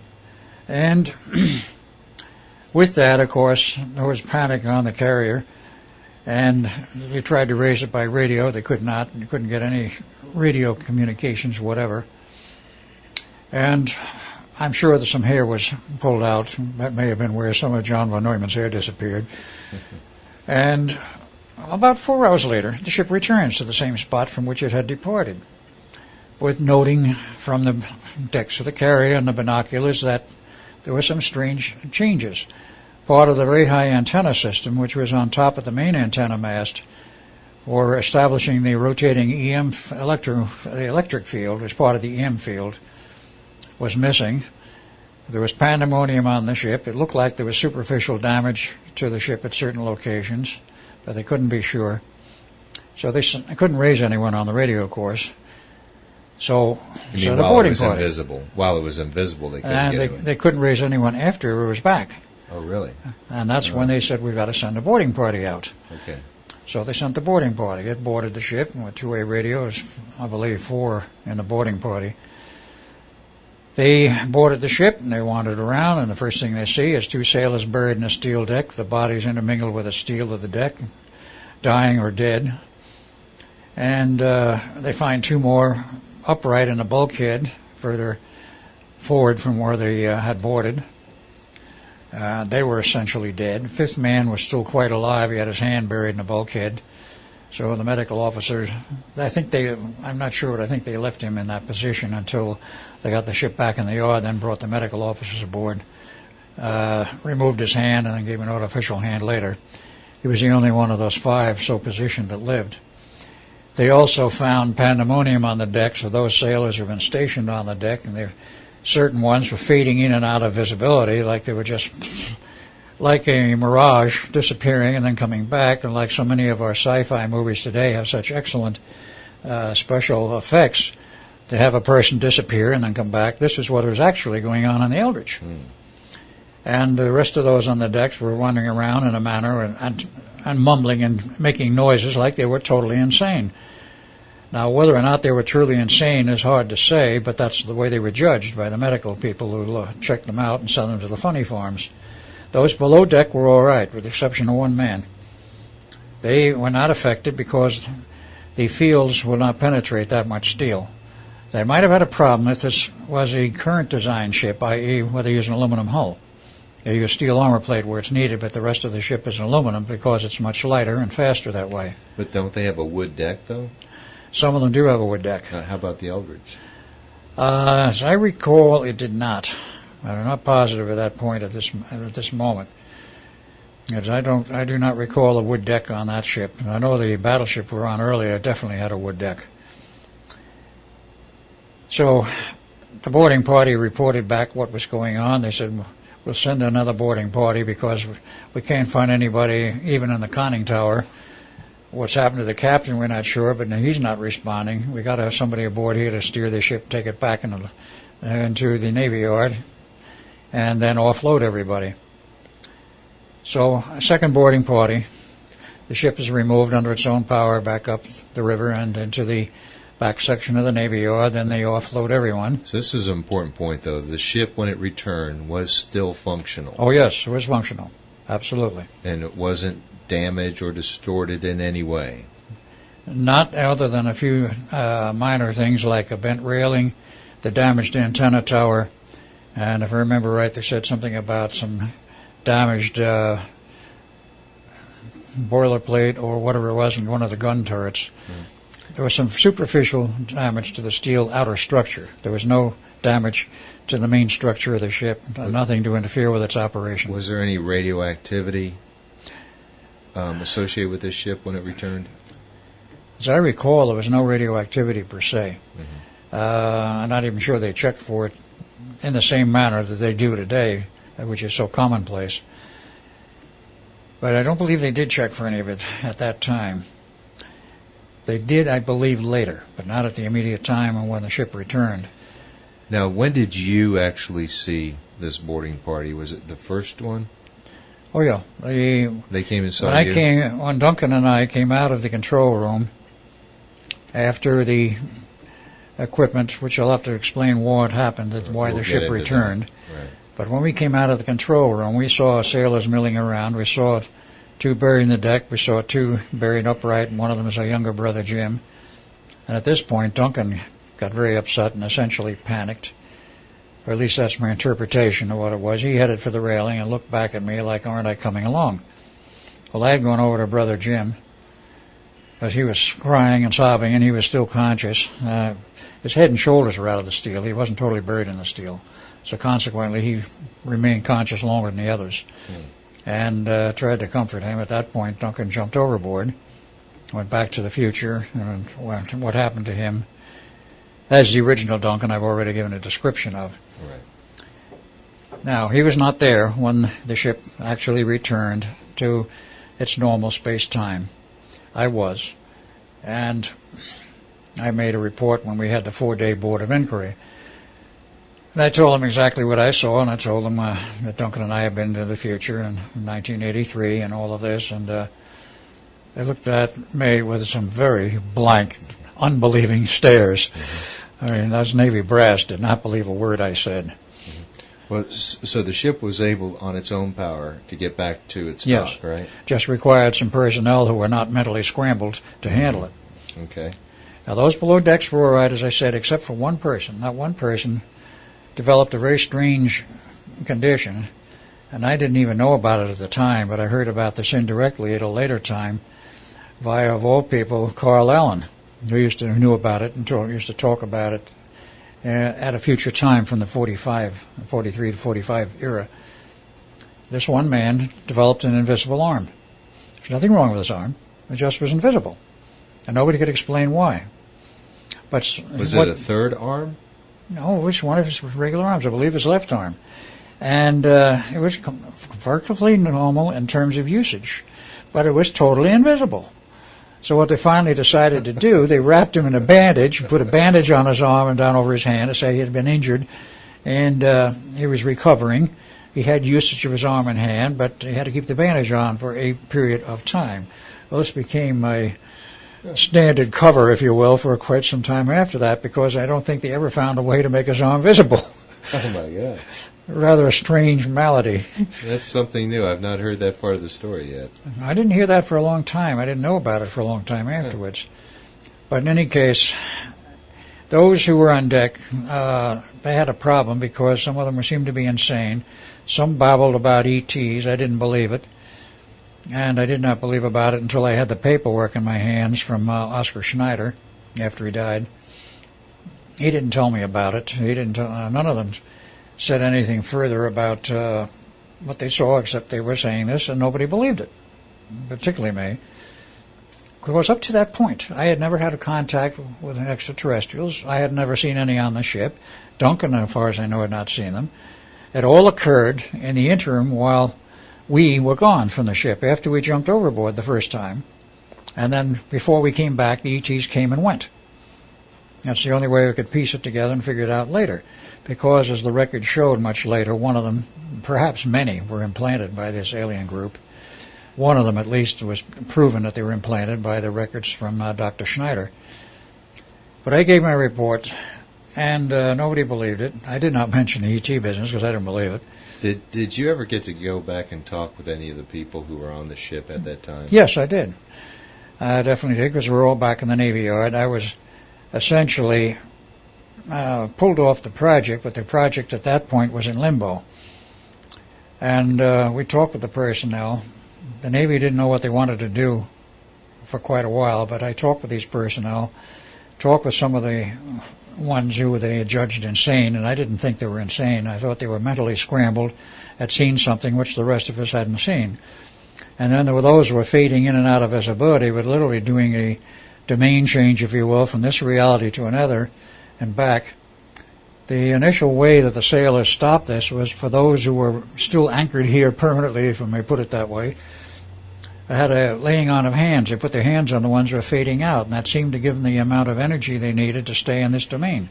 Later on, they developed electronic equipment to counter this, to solve the problem, and it took 6 months of work. Where do you think they went when they in faded an alternate out? reality?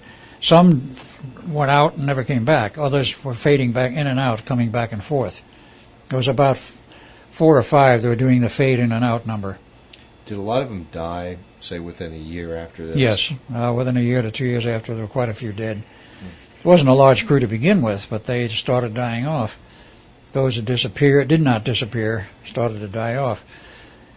Now, I remember that the research work involved a number of people in order to try and solve this problem. How do you keep these guys in our reality, in our domain? That work went to a number of people, but one of them I remember specifically because of research long since then, not that I knew who it was at that time, was a man by the name of Dr. Royal Rife, who figures in the history at a later date as a man who developed the ultra-powerful optical microscope with a magnification of up to 50,000, which is theoretically impossible. I know how he did it because I figured that out finally. It used a technique which was not thought of at that time, but it is valid. It's not direct optical observation, but that's another point. It was optical, but he didn't use a direct view system. He used a rather modified technique. He was also in electronics, and he was involved with a number of things, and I was told, and finally did find out, that a lot of the files regarding what happened to the Philadelphia experiment was in Royal Rife's hands because he worked on the project directly. They pulled in a lot of people. Anyone who they thought might be an expert and could understand what was happening to these sailors, come in and try and solve this problem, see if you can design some hardware which would keep them stable. They did. It took about 6 months, but they did finally design some stabilizing hardware, which Royal Rife was part of. And what basically they were doing was a little black box, if you will, that you put on the guy's belt. This thing would be turned on, and it radiated some kind of a field which kept the guy stable. I do not understand the mechanism in terms of what electromagnetics they were using, in terms of what was the biological problem, beyond biology, but what was the actual nature of the problem that they were fading in and out of reality. So did you, as Ed Cameron, though, have to wear that box? No, I did not, because I was not affected that way. Only the people above the deck, right? Only the people who are above the deck who were directly exposed to the radiations of the hardware, namely the RF fields from the antenna and the electromagnetic, or the magnetic fields per se from the coils, which included some electromagnetic component, but basically a magnetic field. The combined effect of those two fields for a couple of hours. How many hours is hard to say, because in terms of 1943 time was about 4 hours. In terms of elapsed time for the Eldridge being gone into hyperspace, and the time which Duncan and I spent in 1983, it was approximately 12 hours. Time is flexible, it is not linear, and it can be, shall we say, bent. And under the circumstances of the hyperspace field, it was bent. How long that ship was really in hyperspace is anyone's guess, because you could not measure with a clock. And therefore, those guys were exposed to those fields for quite a long time, and it was almost lethal. Today we know this sort of thing. At that time it was unknown. Only Tesla suspected it, and he suspected quite correctly what the problems might be. So I gave my report. And so I guess they were wondering, where in the hell is Duncan? Yes, I told them that Duncan jumped back overboard and disappeared, and I said, I suspect he went back to the future. That's all I could tell him. Yeah. I didn't know where he went, but that was the obvious and logical conclusion because of what happened the first time. Were there any other sailors missing? There's a total of about 6 missing. We know of 5 that were missing totally, jumped overboard. And they disappeared. Now, why Duncan and I survived the overboard bit is something you can probably spend a lot of time on arguing and never come up with an answer. Our survival apparently was arranged by someone and was for a purpose. The other guys who jumped overboard were not supposed to jump overboard, and whoever was looking out for us didn't look out for them, and they evaporated. Did they jump overboard after you two jumped overboard? Yes. Maybe in a sense following you, right? They jumped overboard after let us say, the pressure of the field effects that they were being exposed to, and the effects on their minds got to be too much. They jumped overboard just trying to get away from it. As I say, those below decks were not affected, only those on the deck. But you were still affected for that short while you were above deck to jump overboard. We would have been affected for a short period of time, but it didn't have enough time element comprised there to cause a major problem, because it took more than 5 or 10 minutes of that kind of exposure. I would estimate about half an hour of exposure before it really started to get to you. But you were only gone for 20 minutes. The ship was only disappeared for 20 minutes, correct? And the first test, not the second test. Was 4 hours. 4 hours, I'm sorry, okay. Which is more than enough time. We were in the control room until we came out of there, perhaps for 10 minutes, if that much. And then we came out on the deck, and we immediately headed overboard. Well, should we now move to your perspective, as you and Duncan are now in the control room? Okay. Okay, let's take it from the point where you switch on the equipment, and then what happened from your perspective? As we switched on the equipment, at first everything functioned in the normal manner, the way I expected it to. And all of the meters, if you will, gave normal readings.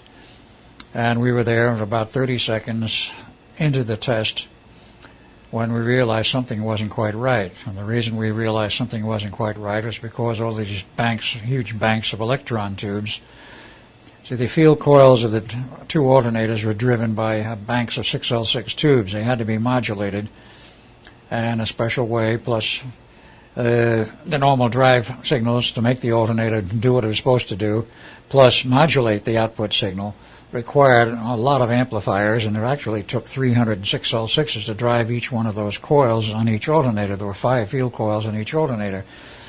So literally 10 field coils, 300 tubes for each. That's 3,000 6L6 tubes. That's a lot of 6L6 tubes, all glass versions. And that's a lot of heat as well. And that's a lot of heat. And they were not only in our control room, they were in an adjacent room. And as we were looking at this casually, we were seeing something happen which doesn't happen normally, unless you have an enormous fluctuation in the supply, the heater supply to the heaters. They started to dim and get brighter and get dim and get brighter, and I said, what the Hades is going on here? And then we started to notice something else in the control room. We were starting to get what looked like high voltage arc overs. And there was no high voltage equipment in the control room. There was elsewhere, but not there. And we're seeing this arcing, jumping of what appeared to be high voltage electricity across the space in the control room. In retrospect, we can look at this and say this was not high voltage as we know it. This was etheric energy that was arcing over because of the stress of the hyperspace field. It was producing some very weird results. And they started to show up in the control room. We didn't know what it was. And about how much time into the experiment did this show up? In terms of... From when you turned it on? When we turned the equipment on and we knew everything was functional, about 30 seconds. Oh, quickly. 30 to 40 seconds. After the time when we knew the equipment was fully on and everything was operational, it was about 30 seconds. And we tried, after we looked at this, and we couldn't determine what's going on, we decided, as we were given the prerogatives to decide, if something's wrong, it's up to us to decide. Do we turn the equipment off? Do we make adjustments? Or what? We decided to turn it off, because we figured there's something erratic here, very heavily wrong. So we went to turn off the AC controls and all of the AC power drives and everything else. Nothing could be turned off. All of the control handles, knobs, what have you, were frozen. We knew then something was very definitely wrong. We had no idea what. And at this point, we decided there's nothing we can do out of here. So we opened the bulkhead door, went out on deck, saw sailors milling around. None were frozen in the deck at this point. Nothing looked abnormal except for the fact that the sailors were moving around in a very strange, haphazard, and, shall we say, nervous manner. Now, how far into the experiment was it before you actually went aboard deck? About 2 minutes. That's all. 2 to 3 minutes. We had no idea that the ship had already gone into hyperspace. The only thing we saw when we went out on deck was you could not see the horizon, you could not see adjacent land. All you could see was a gray fog, which was just a little bit beyond the railing of the ship. On the deck, you could see quite clearly, and there were the sailors milling about, and we decided, there's nothing we can do here. Let's get out of here. We don't know what's going on. We will jump overboard and swim ashore. We were both excellent swimmers, and we figured at that point it was about, at maximum, half an hour to shore. Half a mile to shore, and it was not a long swim for us. Let's jump overboard. So we both did. And that is the point where things got very strange. We did not hit the water. There was no water. We just started to fall. The feeling was like you were falling down an elevator shaft with no bottom. And we just kept falling and falling and falling and falling. And what is this? What were you thinking at that time? We weren't thinking, I can assure you. We were in a state of panic, virtually. Yeah. And could you see him, though, as you were going down, yes. Or did you feel alone? No, I could see Duncan hazily. And see, then the whole sequence of what happened from that point on became very, very bizarre, because we came out of this sort of hazy area where we were falling through it, but I could barely see him, but he was there fairly close to me. We could see each other. Suddenly, we came out of this hazy area into a brightly lit area with what appeared to be fluffy clouds, and here we are going through, we don't know where, in what was open sky. Couldn't see ground, couldn't see anything else, open sky and a cloudy effect. And we're moving through this for a period of time. Then all of a sudden, we blank out. And then we came to, we were in the hospital in 2137. So was it like you were flying? It was like we were flying, exactly. Wow. That was the feeling, the sensation. Not like we were falling at that point, but like we were flying. Can't explain it, no, to this day, except that's what we felt and what we noted. Was it a pleasant feeling, though? At that point, it was. Mm-hmm. The terror was gone, but at this point, where are we? What's going on? Type thing. Wow. We didn't talk to each other. We were in no position to talk. We were just observing and in a state of complete mental disarrangement, if you will. Indeed. Where are we going? What is happening? And these were not verbalized thoughts. These were just, what next type thing. And okay, well, we've gotten to 2137. Yeah. In fact, we've done a very extensive. Yeah. Well, this is how it happened. Okay. We maneuvered through however it was done, whoever was handling this. And in retrospect, a higher power was doing this for a reason, but we wound up in 2137, and from that point on, we've already outlined quite well. Right, and just to really quickly recap it, you were there for 6 weeks. Yeah. Both you and Duncan. Correct. And then you went from there to 2749. Correct. Only Duncan did not. Correct. Now, did you go there sort of like week 3 or week 6? Do you recall? It was in the 6th week. It was at the very end. It was at the very end. Okay, so you went to 2749. You stayed there for 2 years. That's right. And in terms of the time measured then, and in terms of, I guess what one would say is wear and tear on me, perhaps. Right, and that's where you had your interesting experience with the Wingmakers. With the Wingmakers, with the artificial intelligence computer system that ran the planet. That is, city by city it did. No such control out in the boonies. Total world population, approximately 500 million. Very exotic, very large cities. And you were a tour guide, right? I became a tour guide along with a friend I met there who I guess got me into it. See, that's strange, because how would you had the experience to be a tour guide? I didn't. He broke me into it. They were looking for people, as there was always apparently employment open, where nobody was paid for anything. It was a sort of credit system. Okay, hey, I need a tour guide. You're in. Yeah. They look at you, say, you think you can handle it? Well, yeah, I've had a little instruction from my friend here. Okay, you're a tour guide. And all these cities had anti-gravity? The floating ones had anti-gravity drives. The ones that are based on the ground probably had anti-gravity platforms also, because some of them were very tall. Did you ever go to those? I went through and toured a couple of them, but I don't recall too clearly any of the other cities, except at a certain point I started asking too many questions, like, all right, this synthetic intelligence system is running each city. It didn't create itself. Who built these? That's, of course, when I was introduced to the Wingmakers. Now, of all these 2 years, do you remember the names of anybody that you knew over there? Only one, and I only know him and his name that he is used in the present era, and that I will leave out because he was a man very high up in the military with a very high clearance and doesn't want his name used. So Today? Today, yes. Oh, I'll leave that out. Other than I knew him there, and I knew him now. In fact, he told me when I first met him, he says, you met me in the 28th century. It was the first time we met. And I said, no, that was you. Oh, he told you that? Huh. He did. Wow. Do you recall, however, were the names different, like Mike and Joe? Oh, yeah. People had regular names, normal regular names. Like they have different now. Names. Okay. Yeah, and they had stores, and they had recreation, and they had movies, and they had most of everything that we would expect today, except worldwide communication was restricted. There wasn't as need for it the way we have today. They didn't have the need for computers with stock market exchanges and all of that. There was no stock. There was no banks. There was no money. There were no world governments. There was no national divisions anymore. There was no standing armies. It simplified things quite a bit. The sounds like heaven.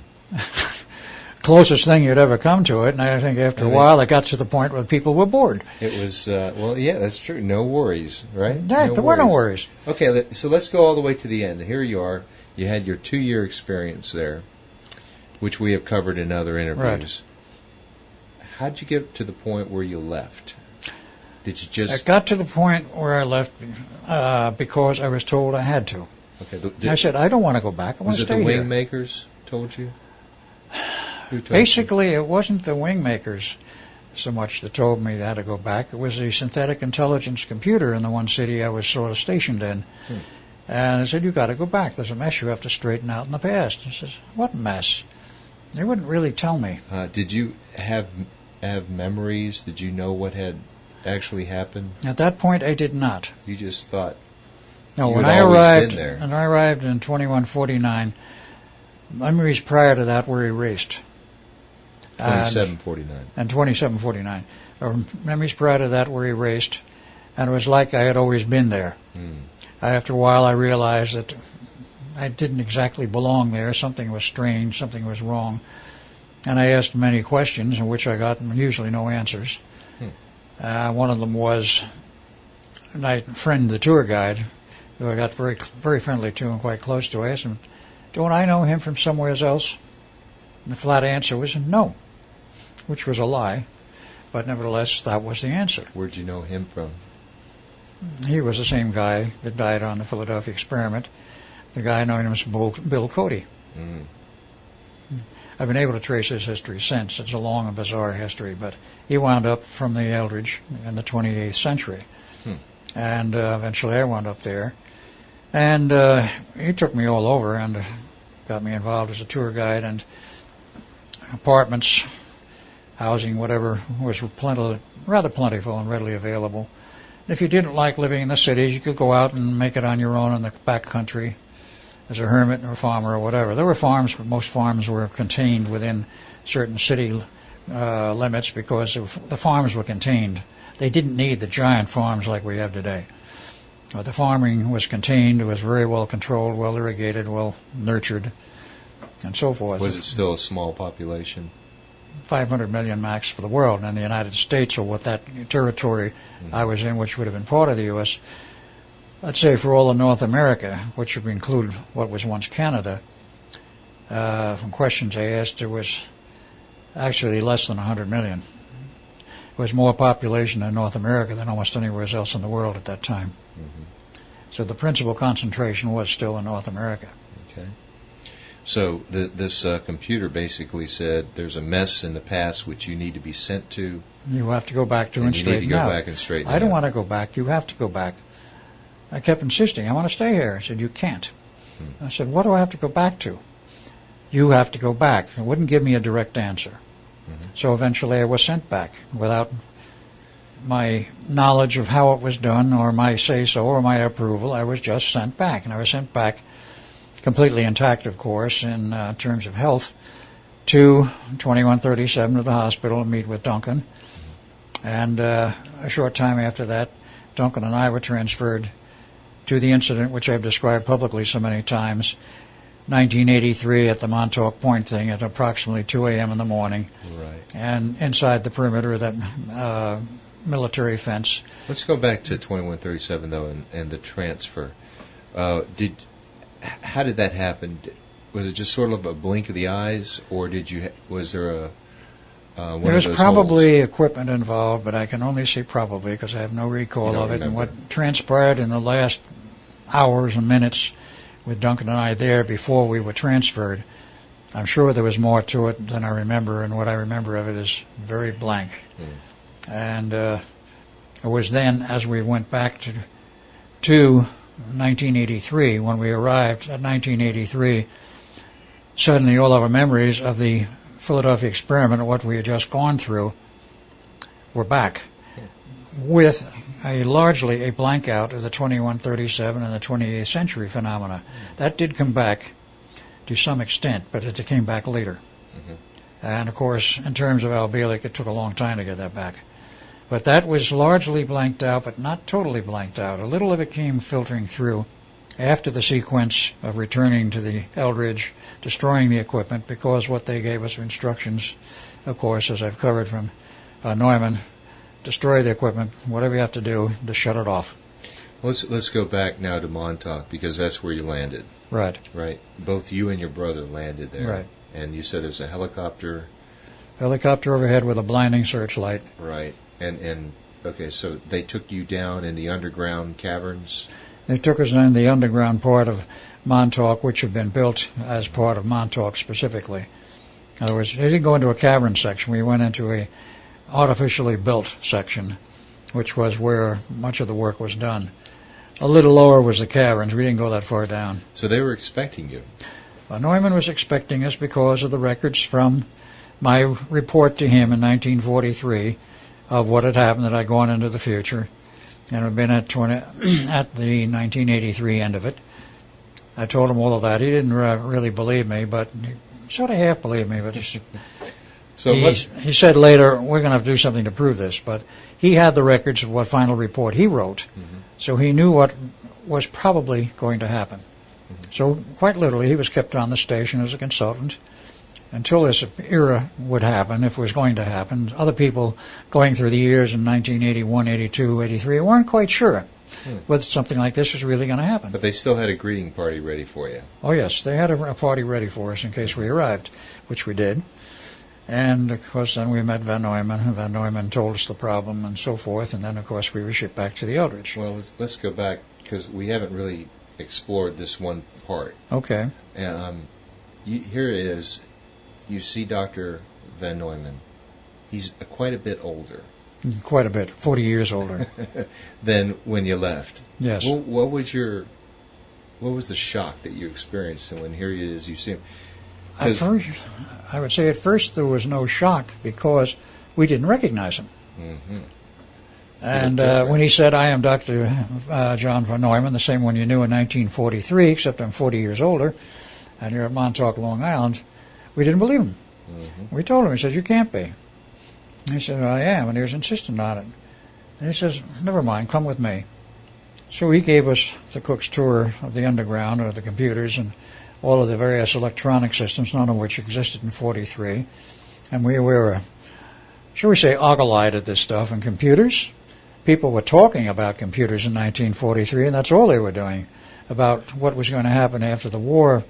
We were going to have to do some entirely new computing techniques. They did have the analog computer at Harvard functional in 1943.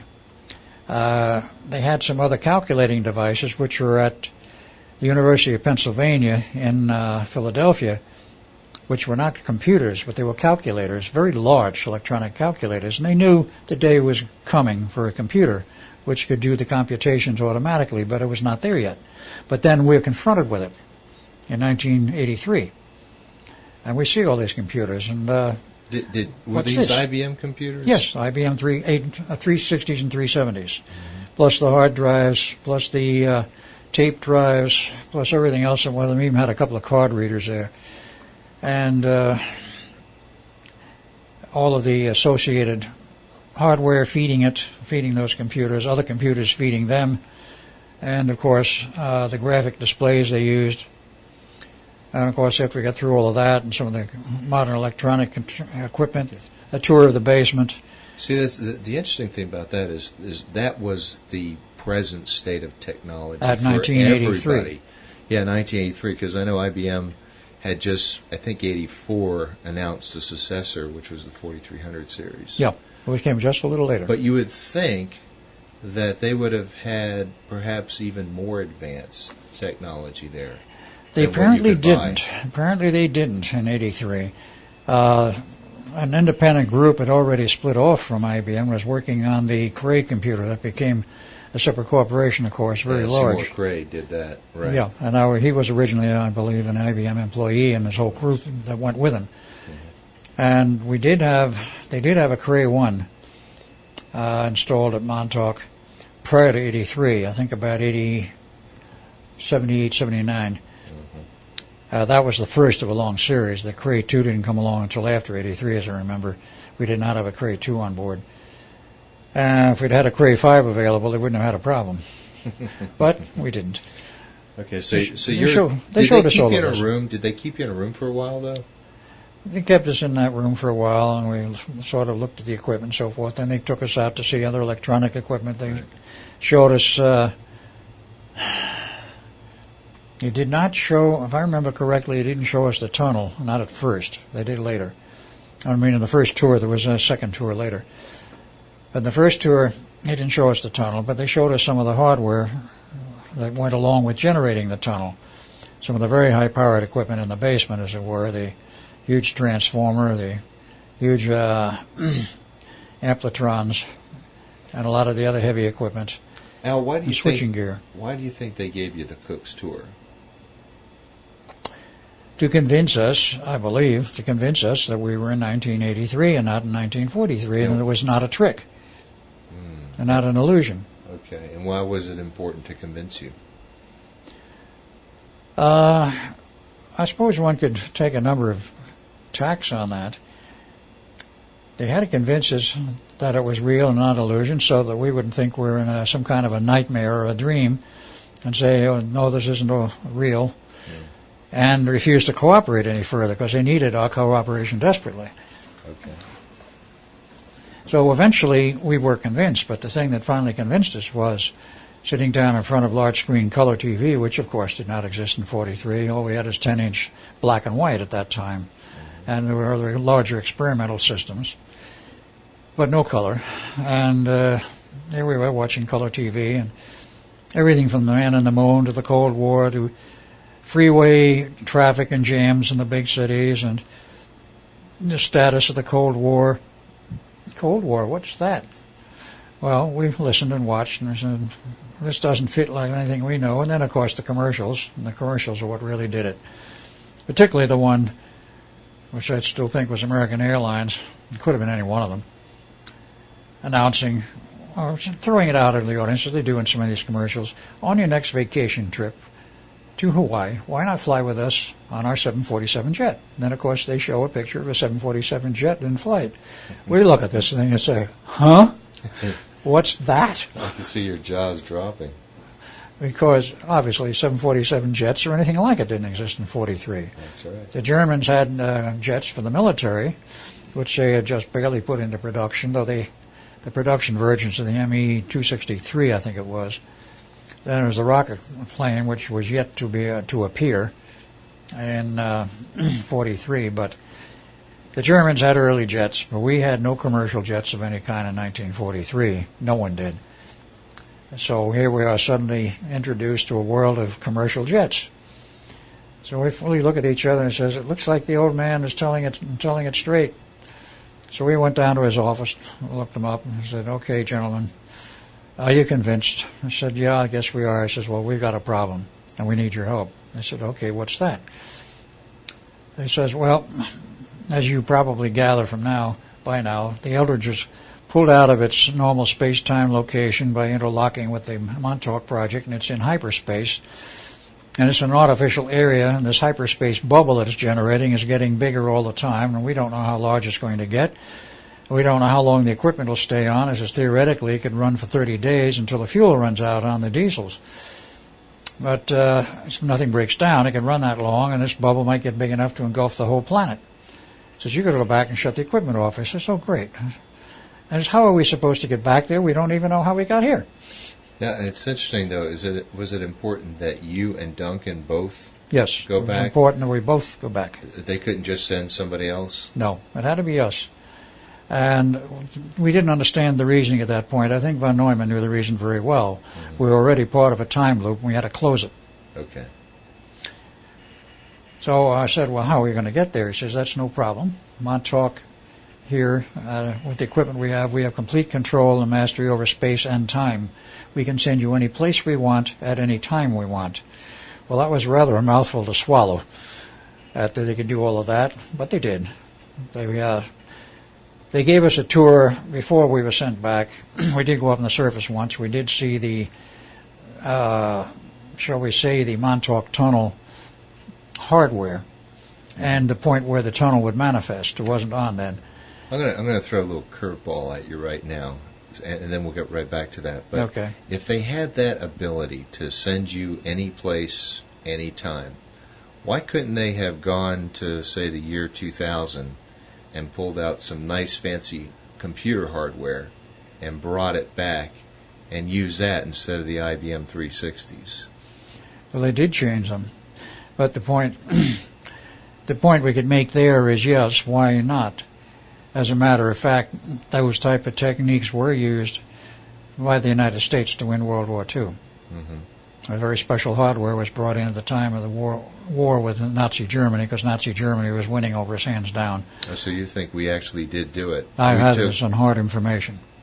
That's interesting. We took future technology, brought it into the present, and used it to win the war. And also certain technical equipments, i.e. special tube receivers, were designed and built in the 80s, and not the 80s, in the 70s, by Preston Nichols, who was an RF expert. Told to meet these specs, it had to be built with tubes of a vintage of 1941, 42, 43. He says, why? He says, don't ask questions, just do it. So we did. After it was tested, the piece of equipment had to go through certain specs and tests and so forth. Everything's okay. He says, all right, it's ready. But before he turned it over to his boss, he says, I don't know what's going on here, but it's something very strange. I'm putting a little piece of paper with my name and date on it inside of each one of the IF coils before I seal them up finally with their lids on them and all of this. And then they can have the receiver. We'll just wait and see what happens. Mm-hmm. I know this is a little bit of an aside, but I told him about some of these things, and he says, yes, I know. He says, one of the strange things that happened in my years of traveling around as an electronic surplus dealer and going to all these swap meets, he says, along about 79, at one of the meets up in New Hampshire, I saw a receiver that looked familiar. And he went up to it and looked at it. He said, to the guy who had it for sale, and said, where'd you get this? He says, oh, it's a standard piece of surplus equipment.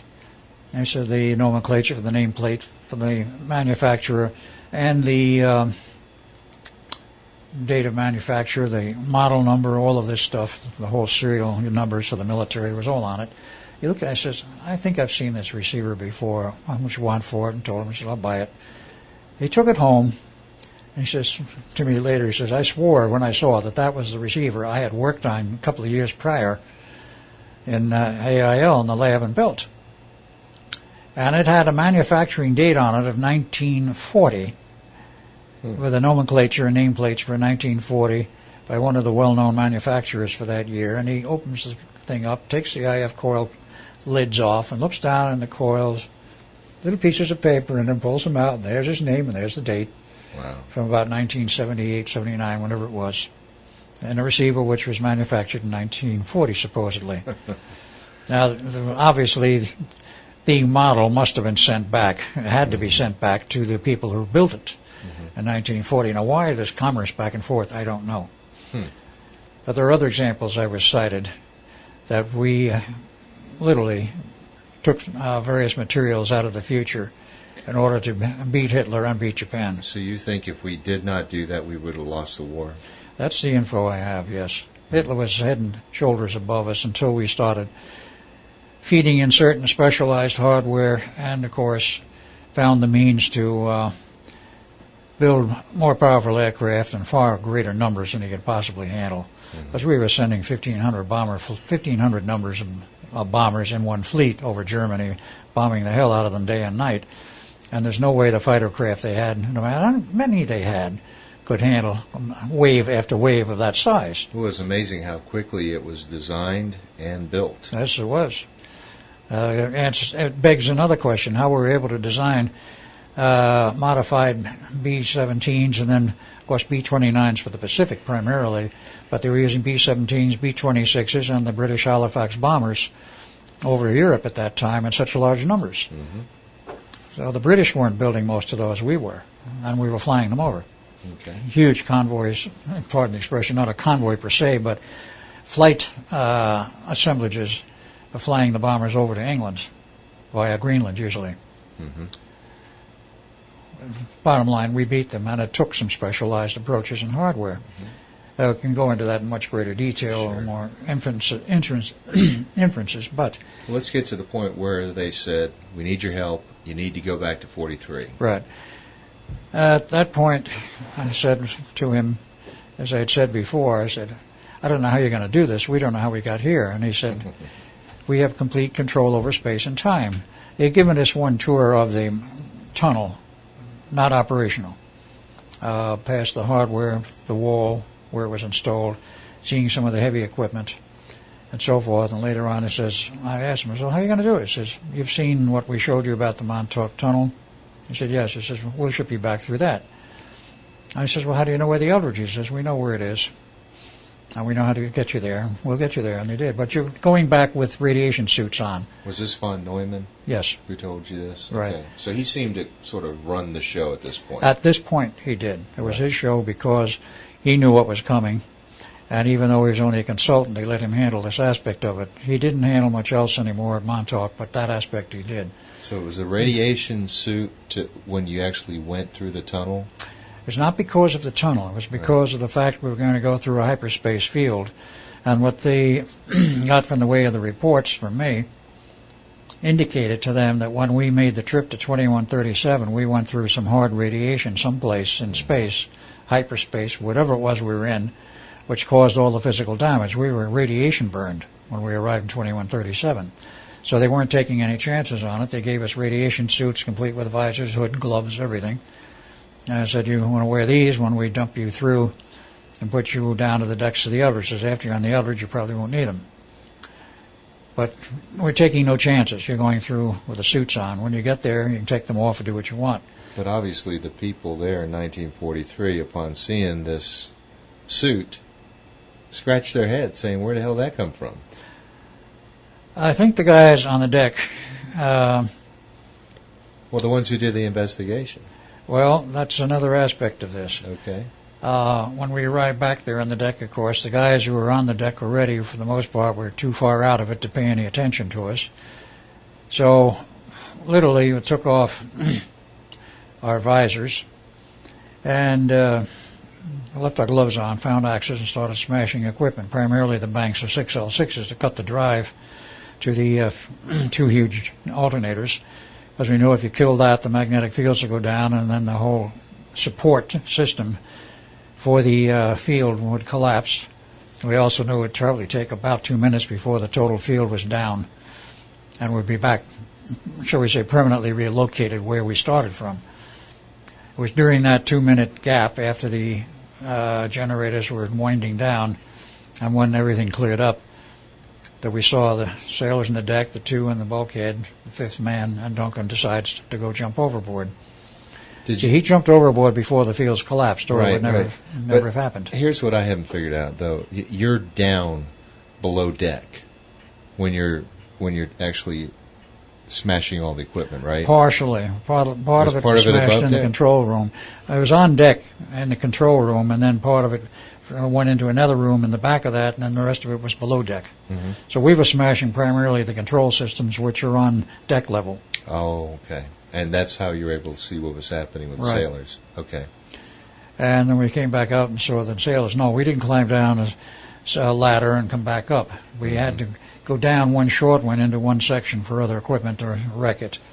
And then we knew the alternators were down. From that, how do I say, that secondary level below the primary level of the deck, we could see the large alternators and the drives, machinery, equipment for it, the motor and the gearboxes. We came out and then saw the sailors buried in the deck and in the bulkhead. Duncan decides to run to the deck, across the deck and to the rail and jump overboard, looking at me as he was about to go. So you think he panicked? I think he panicked because of seeing Brother Jim and all these other sailors in the positions of dying. Now, this is important. You've talked to him, obviously, quite a bit since that time, and he's admitted that he has some faint memories of the Philadelphia experiment. Did he ever tell you why he ran off? Never asked him. Now that I think about it. I don't know if I could get him to answer that now, but the next time I see him, I'll try and ask him that. That would be a good one to know about. Apparently he panicked because of what he saw with the sailors and what he sensed or felt, and it was just too much for him. So he jumped overboard, he disappeared, and he went back to the future. See, if he'd waited another minute, he probably wouldn't have gone back to the future. He would have wound up in the drink. He would have fished him out of the bay water. But that didn't happen. And then, of course, the fog cleared up. They saw us. We saw the other observer ships, and then, of course, came the boarding parties, and the rest of it I've recorded. Oh, I did not mention one other aspect. After the discussion with von Neumann, and, of course, shortly after that, he was called to another aspect of his work to come up to the Los Alamos laboratories and begin the discussions on his involvement with the development of the atomic bomb. Okay, so we're in 43? This is in 43. This was October 43. Probably concurrent with the third test. There was a third test of the Eldridge. They replaced all the wrecked equipment, said we'll put the ship on station, build long cables again, and remove everybody from the ship, and then run the equipment on board the ship for long cables from the adjacent ship. Late in October, one night, they did this, much further downriver, so nobody could be witness to it. There were a few witnesses on shore to that ship disappearing, and they have turned up over the years, but nobody pays any attention to them, basically. And the ship disappeared, came back about 20 minutes later, minus the cables, and when they boarded the ship, minus some of the equipment which was supposed to be operational, and some of it was on fire. So it was at that point the Navy scrapped the project. So they could clean the ship up, convert it for wartime duty, which they did. And it saw war service for a number of years until sometime in 46. In the meantime, of course, other tests were conducted elsewhere, and they were scrapped because they had the same problems. And nothing was revived until late 47. Under another code name, von Neumann was given the task to see if he could revive the project, find out what went wrong, and perhaps come up with a system that worked, which he did in 1953. But in that interim, I was sitting around, literally, in Philadelphia Navy Yard with like a bump on a log, with essentially nothing to do, just little chores here and there. This is October? This was in October of 1943. Another thing that was happening at the time was that my girlfriend was pregnant. The Navy refused to allow me to see her, didn't even want me to talk with her on the phone, didn't want me to communicate with anybody off base because of this Philadelphia experiment problem. It was a very serious problem. They didn't want anybody to know how serious it was. They were afraid I would talk if I got off base or anybody else got off base. There was full restrictions on us. We were quite literally under house arrest would be the best way to put it, on the base. Yeah, but think how many people they would have had it done that to, because they had the three It was ships, about the carrier. about 25. What about the people in the carrier and the other ships? Same thing.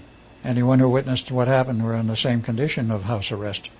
The captain, Harrison, probably was not. Von Neumann, of course, was not. They knew they'd keep their mouths shut because they were at a higher level of clearance, and said, I will, more than once, I will keep quiet. So obviously then there are still a lot of people out there who have actually seen this experiment happen. There may be a few left. I would say perhaps not over, my guesstimate now would be 3 or 4. That's all. That's all now, yes. But anyway, I had a pregnant girlfriend, and I said to Neumann, I says, look, I want to marry her. They won't let me off base, won't let me see her. He says, can you arrange something? He says, let me see what I can do. So Von Neumann was very helpful, and he had a lot of clout at that time, even on the Navy base. So he arranged, actually, because I did still travel back and forth from the Navy base to the Institute of Advanced Study, because we were still doing some communication and work back and forth. He finally arranged that I would be married to my wife-to-be and the chapel at the Institute, or on Princeton grounds. A Navy chaplain officiated, and we were married in February of 1944. Our son Jeff was born, and I remained there doing chores. So von Neumann occasionally. Finally, he asked me, would I be interested in coming up and working in Los Alamos? I said, well, what's involved? And he told me, and I said, yeah, why not? At least get out of here. So he suggested to the Navy I'd like to have me up there, that I could assist him. I knew my math very well. And he says, I need assistance on the project. And the Navy said, fine. In fact, they were very happy to get me out of Philadelphia and out of, shall we say, into an area where we were totally secluded, because Los Alamos base at that time was the most secret base in the U.S. Now, did they give you a thorough interrogation as to what happened to you? Where did this suit come from? Those sort of things, do you recall? No, they didn't give me a thorough interrogation about that.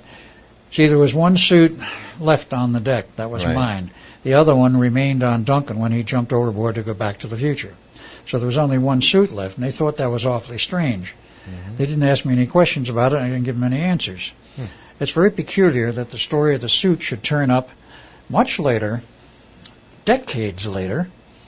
I'm not in a position to say who became involved with this. It was a very close friend of mine here in the Atlanta area, who at some time in his career in the past, working with the government, at one of the meetings was called in, and sitting on the table was a spacesuit, or what appeared to be a spacesuit with a visor and everything else, exactly like I've described it. And they asked him, what do you know about this suit? And he looked at it and he says, not a damn thing. What is it? He says, well, it's a radiation-proof suit and so forth. Do you know anything about it? No, I don't. He found out later it was the one that came from the deck of the Eldridge. How in the world did he get that? He was in very high-level clearance at that time, and he was doing work for our special agencies within the government. And why he was queried on it, I have no idea. He doesn't either. But apparently they were asking everybody for ideas, whatever the motivation was. Don't know. But in any case, I went to Los Alamos and was there from July 44 with family, and to July 4th, sometime in July 44 to July 4th of 1947. I uncovered a lot of things in the Black Vault, which I was given after the war was over, full access to, because the Navy wanted me to write a classified report dealing with the development of the atomic bomb, and I had access to everything that was in that vault, which included the German records of their work on developing a bomb, where theirs came from. So you knew all the key people? I knew all the key people. Wow. Including Oppenheimer quite well.